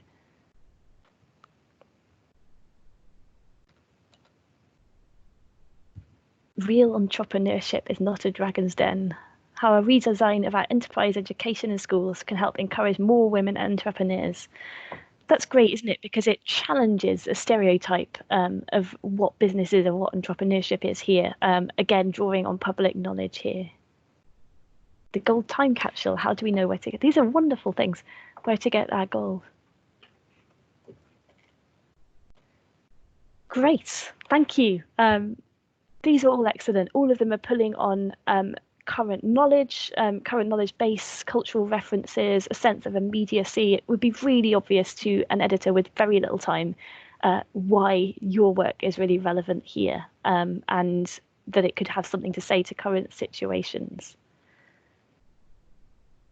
Playing hide and seek with cancer. Cancer's touched the vast majority of the UK, either directly or indirectly, and womb cancer's on the rise too. So here we've got, a statement, a slightly frightening statement followed by a question.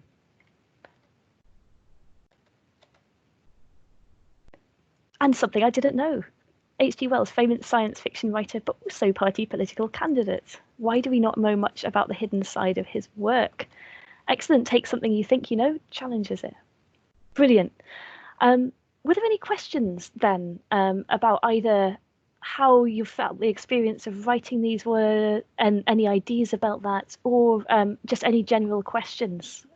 Again, feel free to use microphones, or I can keep an eye on the chat.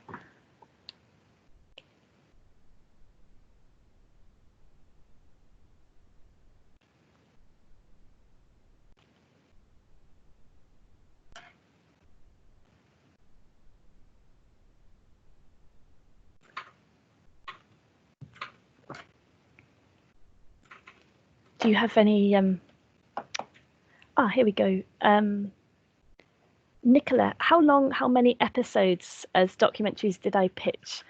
If it was a call for documentaries, I would usually send 3 completely different ideas, and usually one of those will get pitched. If it was something where I was approaching the producer directly, sort of a cold contact, as it were, I'd probably just send one, and probably the most timely or provocative of them, the most interesting of them. You can always pitch other things a bit later on, but I think if you're putting a lot of work, it takes, as I said, it's like writing a paper abstract, putting one of these together. So do some kind of thorough research into it, and it's a crafted piece of writing. So I would suggest, sort of, if they solicit from you ideas, then you can give them 3 really different ones, because it's easy for them to see how it would slot in. Or if you're cold contacting them, then just one, I think. Yes, it is tricky to avoid technical language. Most of the things I do go through several rewrites with several of my housemates commenting on them.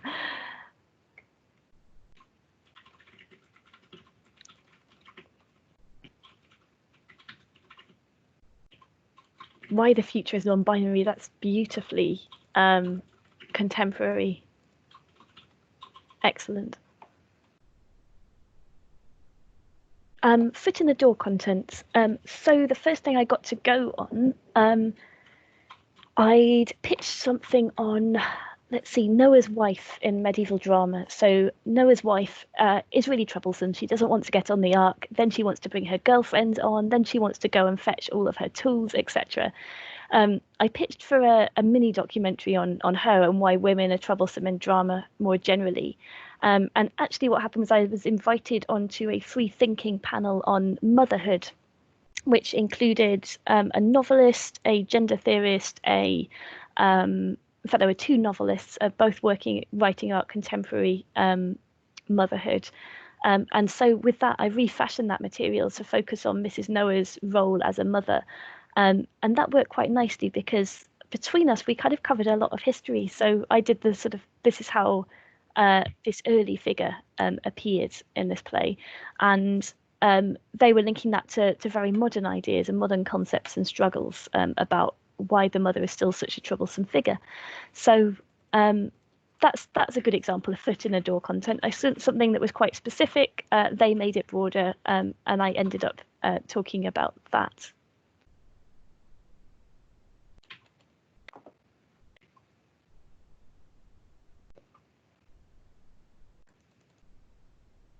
Any other questions?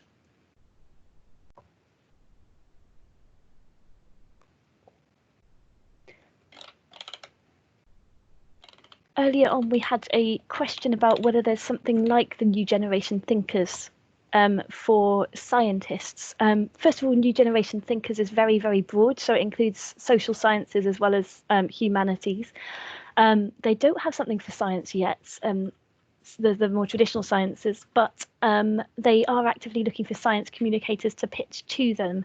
And I've put a link in the chat on how to do that, so hopefully that will be helpful.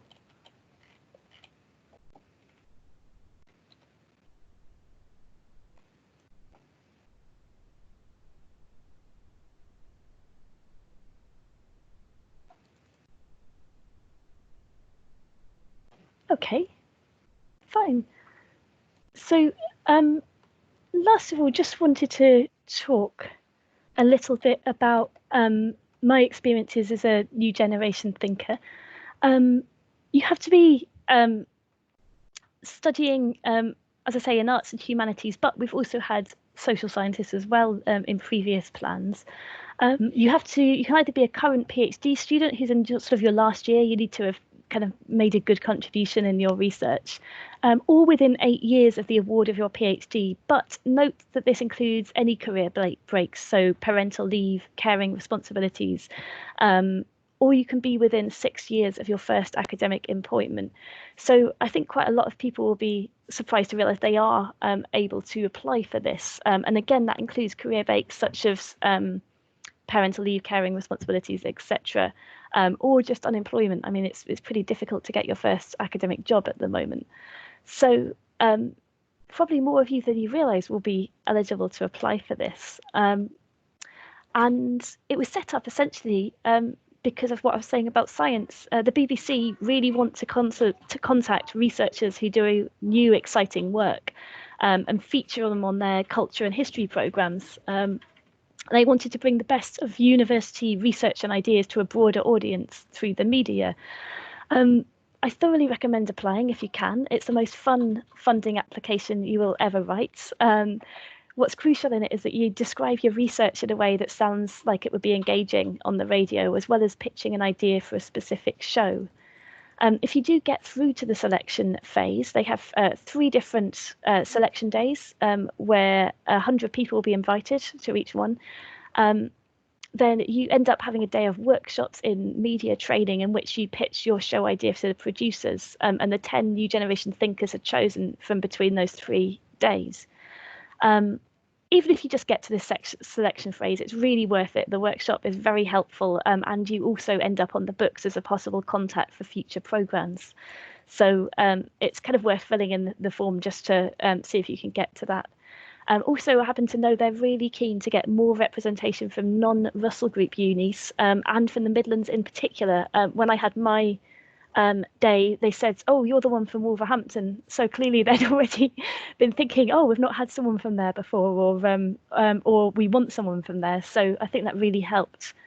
The topics are hugely diverse. I think in my year we had someone who specialises in Orwell and medicine, a historian on rambling and trespass and climbing, a film specialist working on low-budget South Asian cinema, a sociologist who worked on how cities are psychologically bad for us, someone working on the history of vegetarianism, etc., etc., a philosopher working on embodied labour and surrogacy and ethics.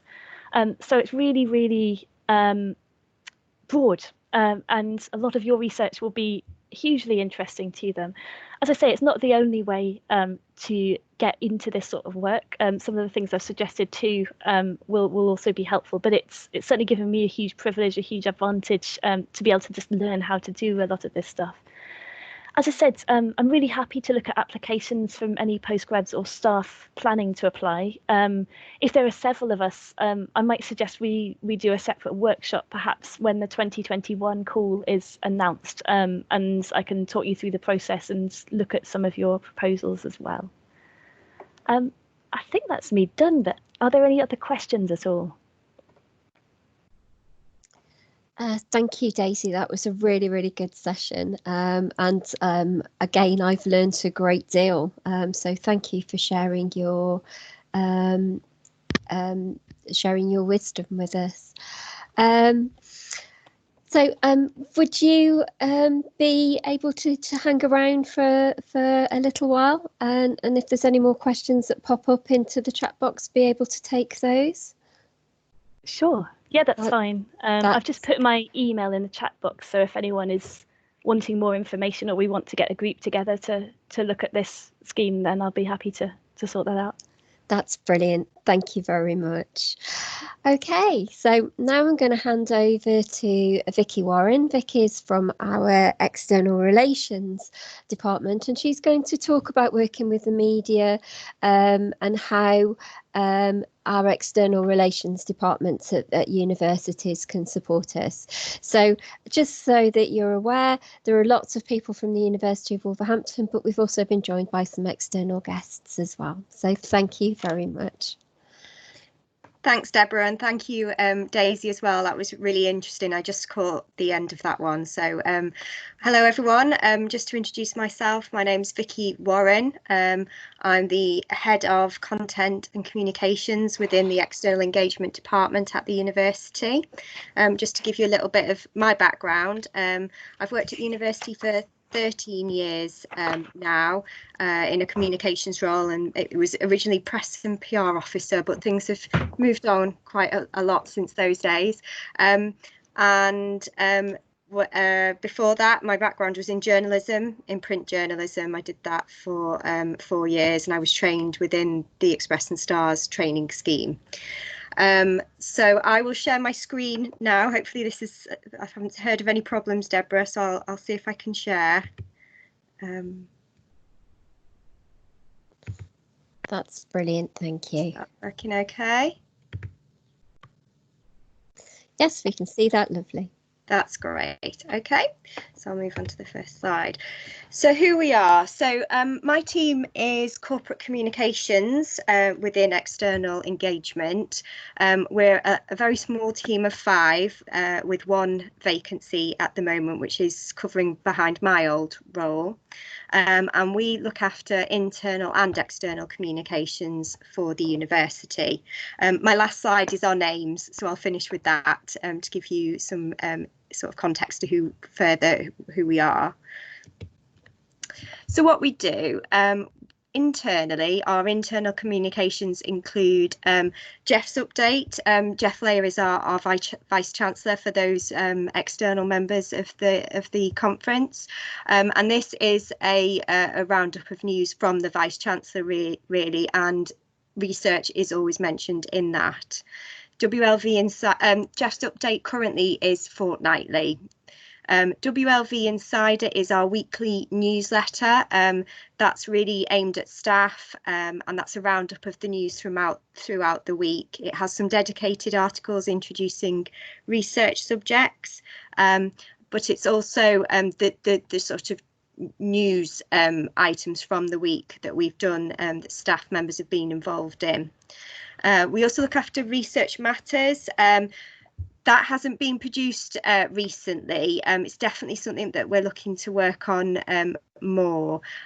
We had a vacancy within the department, and that was the person that was looking after that. So that comes out 3 times a year, and that really does showcase the kind of work that our researchers are doing and are involved in. At the moment, we're also doing something called Star Spotlight.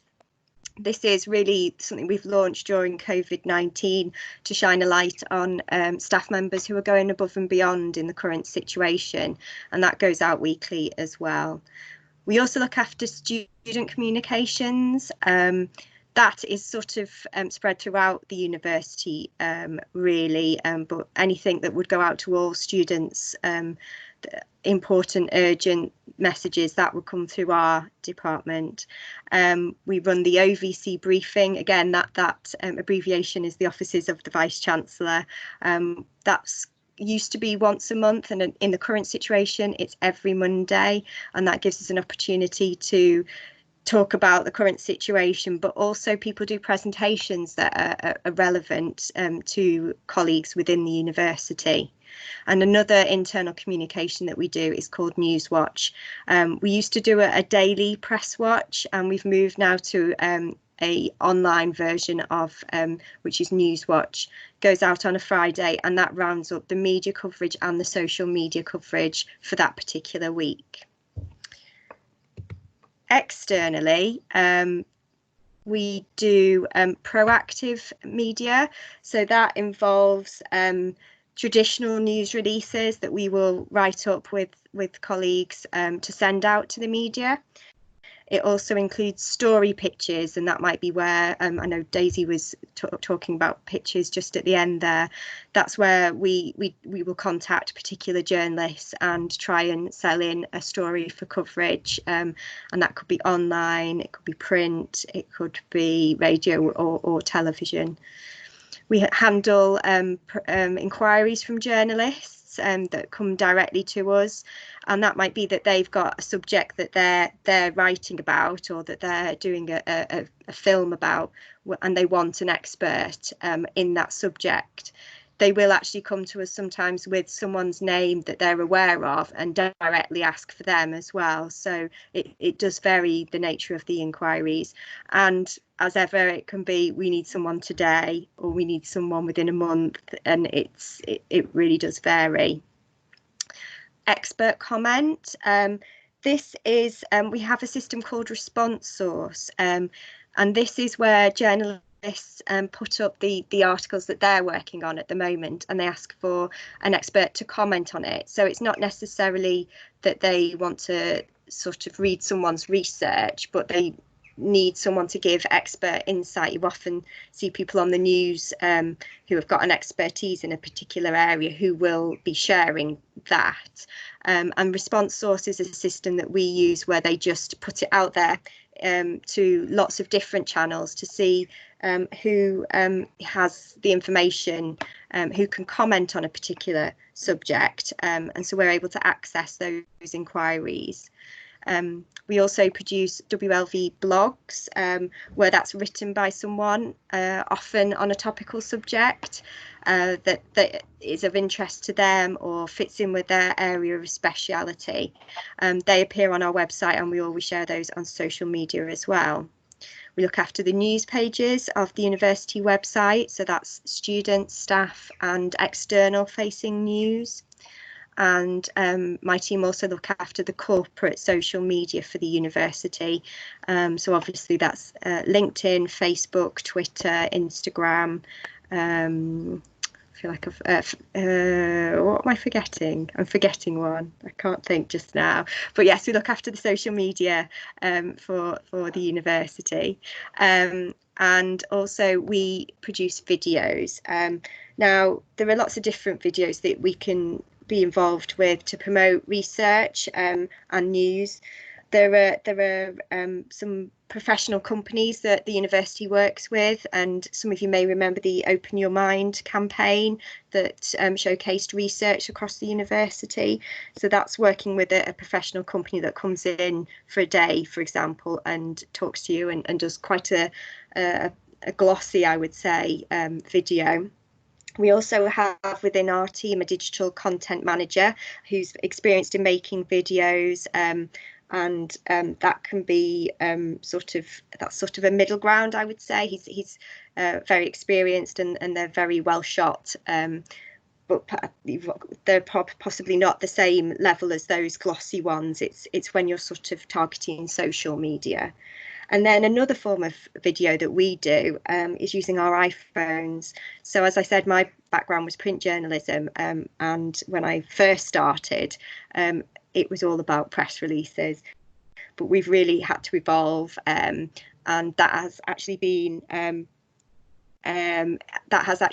really amazing and opened up new opportunities for us as a team. I never thought that I would be able to create videos, but that is something that we've learnt, and we create them using iMovie, or there are other systems that you can use. Film it on an iPhone and we edit it that way as well. So these are really good for those news stories, that's videos sitting alongside news stories, just to give a different perspective, and I'll talk a bit more about those as I go through.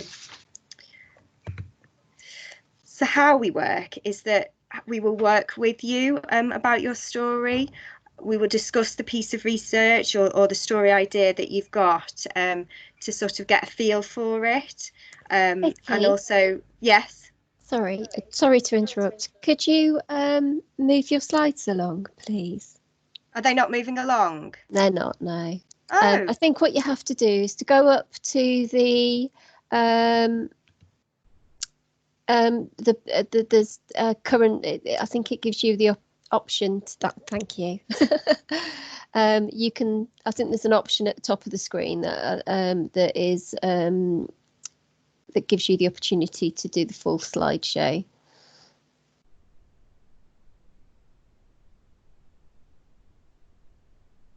Is it setup slideshow? Because I was doing from beginning. Maybe just if you click on the slides as you go through, that will be. That's okay. probably easier. Okay. Yeah. Sorry to interrupt. That's okay. Are you happy for me to? Should I just show you them quickly? Would that be better if I just? So there was that one. Then that was these are lists. So I think that's probably okay. From here on, it's probably more useful. Is that better? Can you see? Brilliant. That? Thank you. Okay. I'll just move that down. Okay. Sorry about that, colleagues. So yes, so we will discuss the piece of research with you, or the story idea that you've got to work out, so that we can understand it and to get a feel for it, and to decide the best channels and the best audience for that channel, for that story, working with you. Then we will draft up either a news release or a pitch for the media to try and sell in that story. Or we may ask you to write a blog if we feel that that's possibly the best way to take the story forward, which we will then obviously look over with you. Another alternative would be that we would arrange a date to film a short video. Our videos include interviews with the experts, and also we use cutaway shots. So it's always good to have visual ideas of how we can illustrate your story. It's not always the easiest thing to do, but we do need those cutaway shots, which we use to sort of give a bit of life to the story. But it's also from a technical point of view to edit, to mask edits, I would say, as well. We will always go through an approval process with you to make sure you're happy before it goes anywhere, make any edits that are based on a factual nature, and then once agreed, we will send that to the media. We have a media distribution database called, at the moment we're using a system called Vulio, and that is a system that we can actually use to distribute the news directly to journalists' inboxes. And it is also a system that has a database of journalists' contact details on there.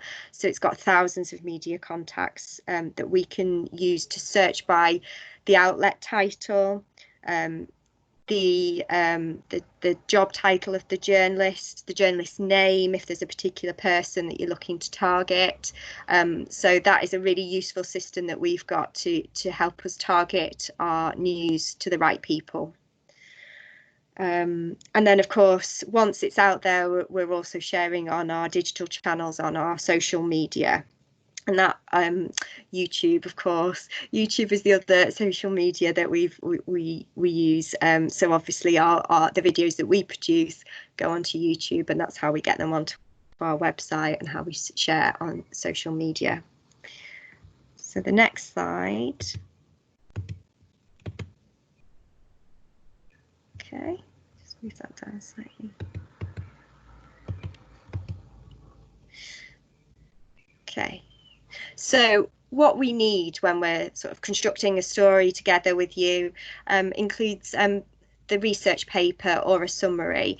So I'll hold my hands up. I'm not an expert in everything across the board that the university does. I know a little bit about everything, and that's kind of how a lot of journalists are. I won't necessarily, me and the team won't necessarily fully understand everything that's included in a research paper, but it's always useful to have a look if that's available, or a summary of the research that you're trying to promote is always useful. We need to be able to explain things in layman's terms. Now, that's not a case of simplifying it to the point where it's not the story anymore, it's not your research anymore, and it's not a case of dumbing down. It's more about ensuring that we can make the subject understandable initially to the journalist, but then to the wider audience as well. So it's really pulling out what the relevance to people's lives as well. So it's that so what question about things. So why is this relevant to someone? Why should they be interested in this? How is it going to make a difference to people, whether that's everyone or certain groups? So it's that relevance to people that is really important to get across in research publications. And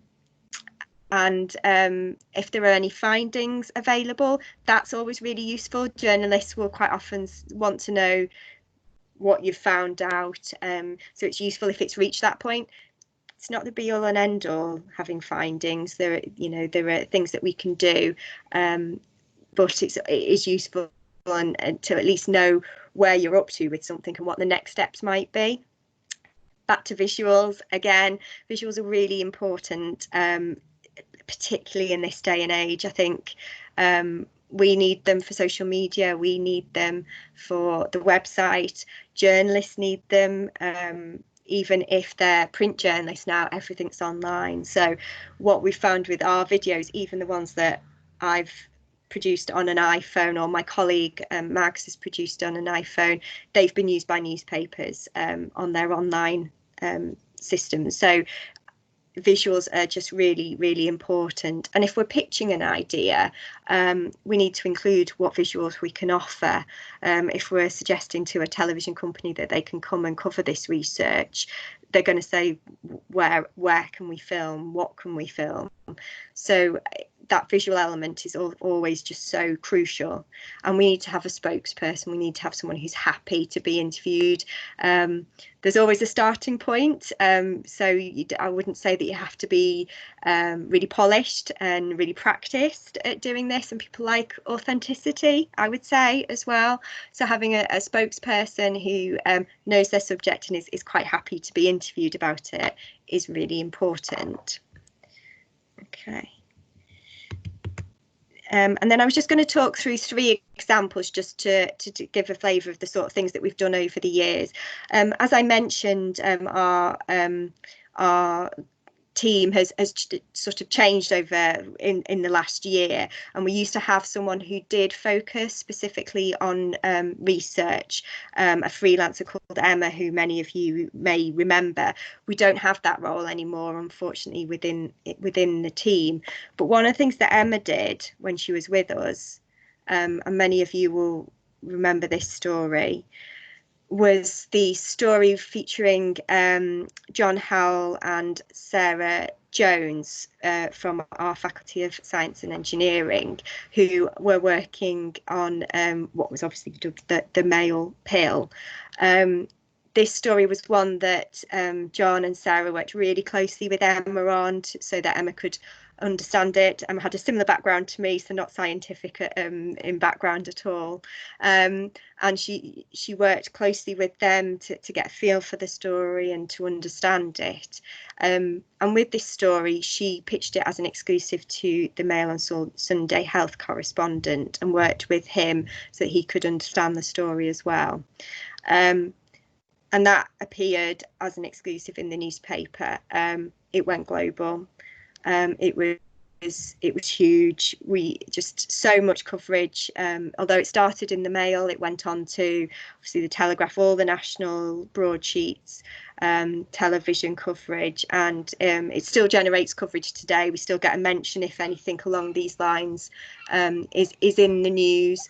We still get calls about it as well. So that's just an example of really working together on something to produce an amazing result. I would say in my whole time working at university, this was the biggest show that we've ever had for research, although there have been some other really good ones as well. So that's one sort of national print example, and how that can grow as well. Second example was a new member of staff joined us in the business school. I don't know if Ian Jackson is in the call at the moment, but he joined the business school a year or two ago, and he just picked up the phone and introduced himself to me, and he talked about his areas of expertise, and I realised straight away that this was an area that we would definitely get incoming inquiries from, and that we could put him forward for interviews, because his area of expertise was very topical. It was about it's about local business, and in particular we get calls about Wolverhampton High Street and shopping experiences and things like that.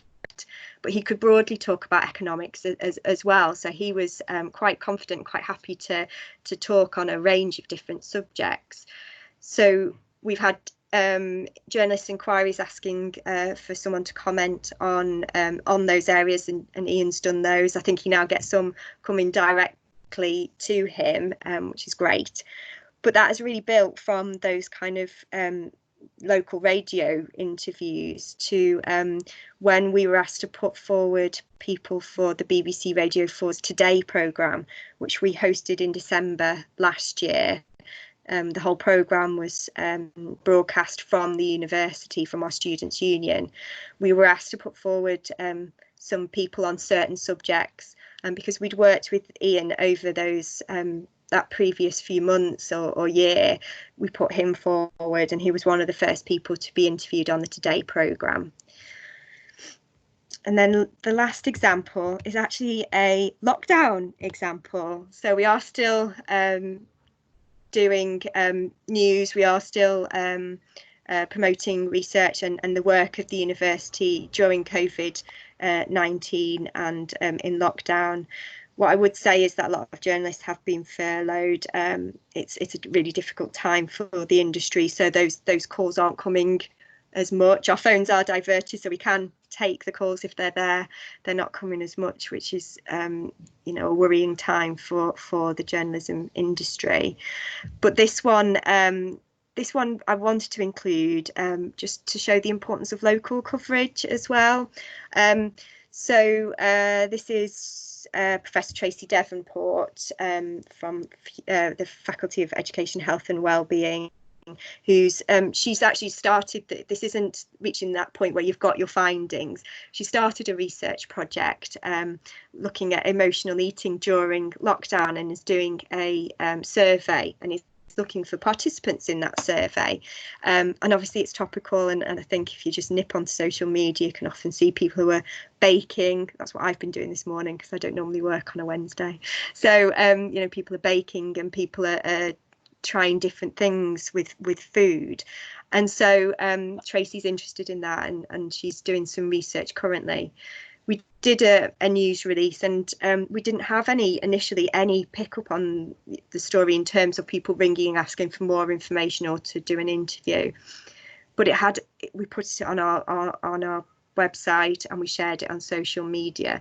And I think a week or two after the original press release, we got a call from the Express and Star looking to do a feature on it. So what I've included there is what they call a page 8 feature, which is their big feature article of the week, of the day, looking more in depth at something. So that's really given a good spotlight onto Tracy's research. And it just really shows the importance of that web presence and that social media engagement as well. That's where people are, that's where people are looking. It's where journalists are looking for stories as well. But it's also where our audiences are reading our news. And I just added a note there on timing, because sometimes your timing will be spot on and it will really hit the mark, and that'll be what people are just ready for that story, or you know, in the news agenda. Or it might take a little bit of time. We sometimes, you know, get calls about things from a few months ago or years ago. So I think that's the beauty of research, that it can capture someone's imagination at any point, really. And then in terms of how we evaluate what we do, we collate weekly media coverage and social posts for Newswatch that we gather. That's the weekly roundup of news that we send. That's an internal thing that we send out to senior staff and anyone who asks to receive it. So we collate those and share that on a Friday. We also look at our social media statistics. So that's looking at engagement, impressions, and comments and shares. So how people engage with the story, what the sentiment of those comments are, and that's really important, I think, to see you know, what people think of the story and what they do with it next, whether they share it. In terms of media coverage, some of you may remember advertising value equivalent, AVE. That used to be how we measured media coverage in terms of, if you'd paid for advertising, what would this print article be worth? That's not something that we use anymore. It's something that the industry, the PR industry, has really moved away from, because it doesn't really tell you anything about the value or the impact or anything that article has had. So we don't use AVE. We now use reach, and that's based on the sort of circulation figures of a publication, the audience figures for broadcast. So that's what we're using to measure our content, and obviously goes on the website so we can get the general web statistics as well. Hitting the mark. So with this, what I'm trying to sort of get across is that unfortunately there's no magic wand. Sadly, we can't always guarantee that a journalist will be interested in a particular story, or that they will cover it in the way that someone might hope or want. the thing with sending out a press release is that the way we structure it is obviously the most important information is right there at the top, so that if they do edit from the bottom, which is what I was taught to do when I was training, they edit for the bottom, you've still got your crucial information right there at the top. And also in a busy world with not much time, with things flying at you, you just want the information there in the top line. I think that was from what I saw from Daisy's slides as well. She was getting that across, that you really have to hit people with that headline and with that intro. But that might be all that they do use. If if they're cutting from the bottom, they may just choose a very small section of it, or you might spend several hours with a film crew, a TV crew, for them to use 10 seconds. That has happened in the past, and that can feel quite disappointing, but you're still part of that news story, and it's just worth bearing in mind when you're dealing with something where you're part of a wider picture, that we don't have that control over how something gets edited or used moving forward, and also that it just might not fit with the current news agenda at that particular time. But as a team, we will always try to find somewhere for your story to be shared, and I think that really is the beauty of social media and digital channels. When I was creating that slide earlier on, I initially was looking for, if I just move back to this slide to show you, when I was choosing an image for that slide, I initially was looking for a newspaper, but things have moved on so much, and newspapers were where we were aiming when I first started in this role. But now it's so different. It's social media, it's those digital channels, and that is the beauty, that we have more control, and we know more about our audience, and that we can target them at particular times when they know that they're looking to read things, and that we can engage with them. And I do think that is really how the sort of our role has moved on now, that we can find somewhere for every story, and it could be a blog, it could be anything really, that those videos you're getting your message across. And also just the importance of time. I think research stories take time. They take time to understand, they take time to work up, and they take time to write, and they take time to pitch. And we've got a small team within the university, and I'm sure you can understand in recent months our focus has definitely had to be on communicating with students and staff about the crisis, and I don't think we've been able to do as many research stories as we would like in normal circumstances. But moving forward, that is something that I'm definitely keen to do more of. In particular, videos. I think they're a great way of illustrating research stories and getting our messages across.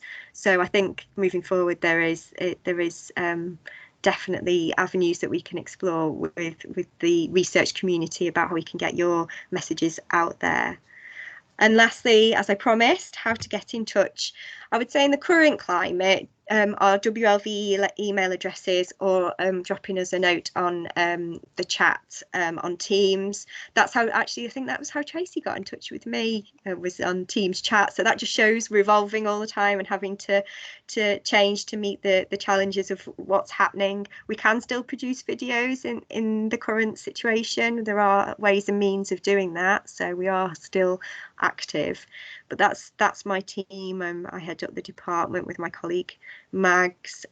We've just appointed Rosa as the stakeholder communications manager. I think it's her second week, so she's really new, but that role was one that worked on the Research Matters publication when we were doing that previously. And then my social media team is Tame Mead Palmer, he's the digital content manager, and Luke Green, who started at the university 2 weeks before we went into lockdown, but he's really hit the ground running. So yeah, fairly new team, apart from me, I'm really old. But yes, and Mags is she's very experienced as well. So yes, a broad range of things that we can do. And happy to take questions. I'll pop my email address into the chat, But if anyone's got any questions, I'm happy to have a look at those. I'll just see if I can stop sharing. Sorry, how do I stop sharing? Do I just close it down? It's the square box, Think it's back to and me. it should have a cross in it. And you've done it, that's fine. On my back, is that Yeah. okay? So I've got one question. So you Lovely. talked about images. What are those images? Would they be videos? Would they be pictures? Would it be both?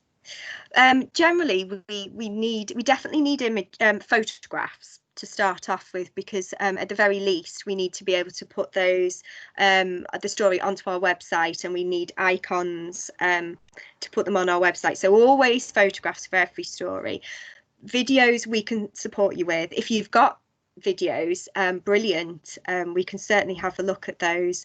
I mean, we film in landscape, but we could certainly have a look at videos that you've produced, or work with you to produce them. When we're on campus, we're out and about, we're meeting people, we're in your offices and doing interviews, we're out and about on campus doing things that way, and hopefully we'll be back doing that again soon. Okay, thank you. Does anybody else have any questions? I'm just having So I think we've got one. Do you think other universities will facilitate the support in the same way as your team does? I think you'll find that some universities will have they'll have a different structure, and they'll have different people who are sort of who look after faculties, and they divide it up so that they're more. You may have a research expert who just focuses on that, or you may find that they're based within a faculty or a school or an institute, and that they do the communications across the board for that institute. I think most universities will now have internal and external communications. Producing videos internally, I don't know, actually. I don't know if we'll do that.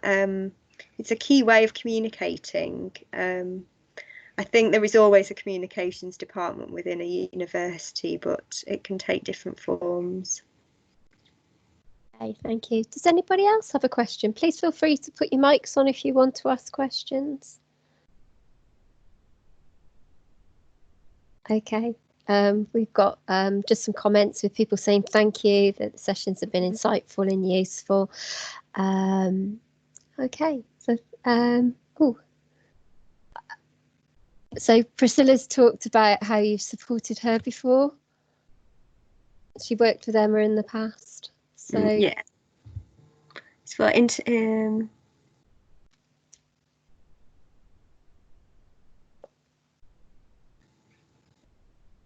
Okay, so for international students whose focus is on Nigeria, what can we do to engage with the UK audience while also maintaining our original focus?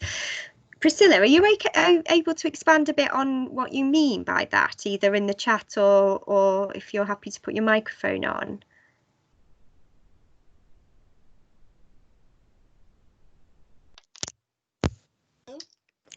Hi, we can hear you.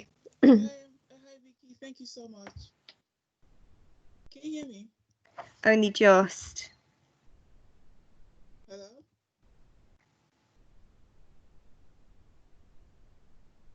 Hi, Priscilla. You'll just need to speak up a little bit.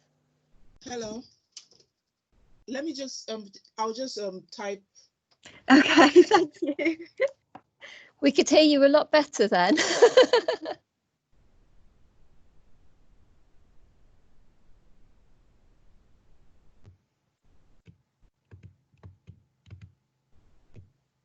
So I think she's typing at the moment. While Priscilla's typing, just like to remind you all that we do have an afternoon session this afternoon, which starts at 2 p.m.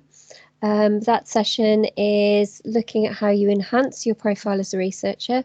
which will really help with you being attractive to the media, will help the media find you if they're looking at your area. So we have a session at 2 till 3:30 with Dr. Martin Kuchera, who is an outreach specialist, and then a session from 3:30 to 5, which is with Ben Halligan, who you've met in the chat earlier today, who's the director of the Doctoral College and is an expert on how to raise your profile online.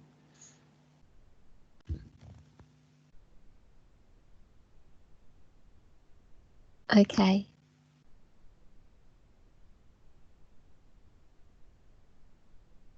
We're just waiting now for Priscilla.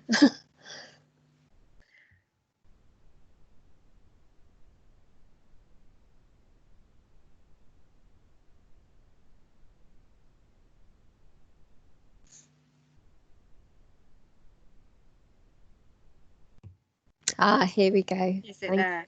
Okay. So Priscilla's, don't worry about the mistakes. Priscilla's research is on gender inequality, diversity, achieving inclusion in institutional culture. Her data's from Nigeria. So how could she use that information to reach a UK audience? I think your subject is interesting. I mean, everyone's subject is interesting to someone, isn't it? And I think that's an interesting subject. And I think it's relevant. It's about the again, that making it relevant to what's going on, either the wider context of what's happening now, and so you draw in that your data is based on Nigeria, but I think there's always this fine line. You don't want to be saying that you can say that this applies to the UK as well, because obviously you can't sort of draw that conclusion without looking at it properly. But I think research. Yes, Is that Priscilla? To generalize, you can't just generalize. Yeah.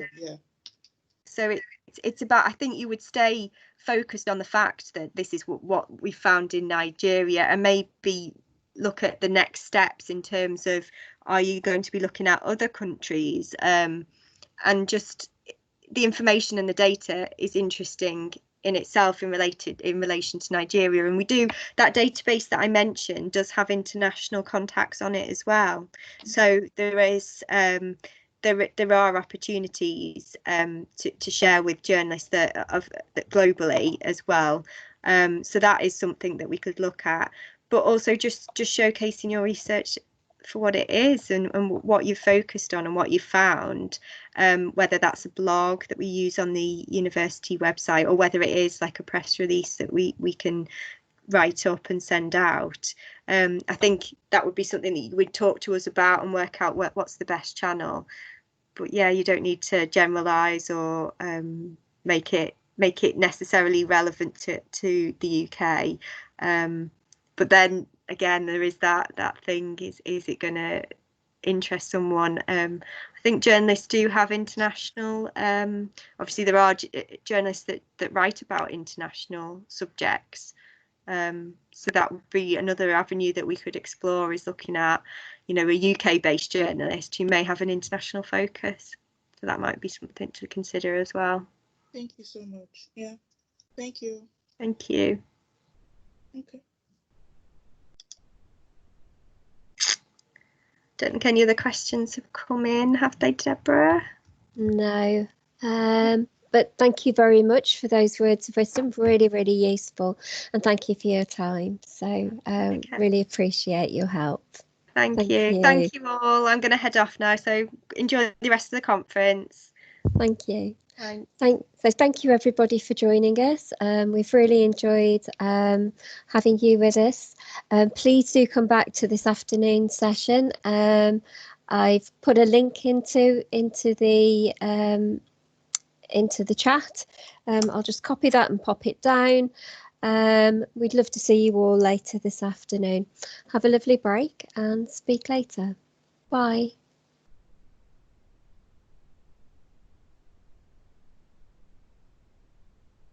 Ben, are you still with us?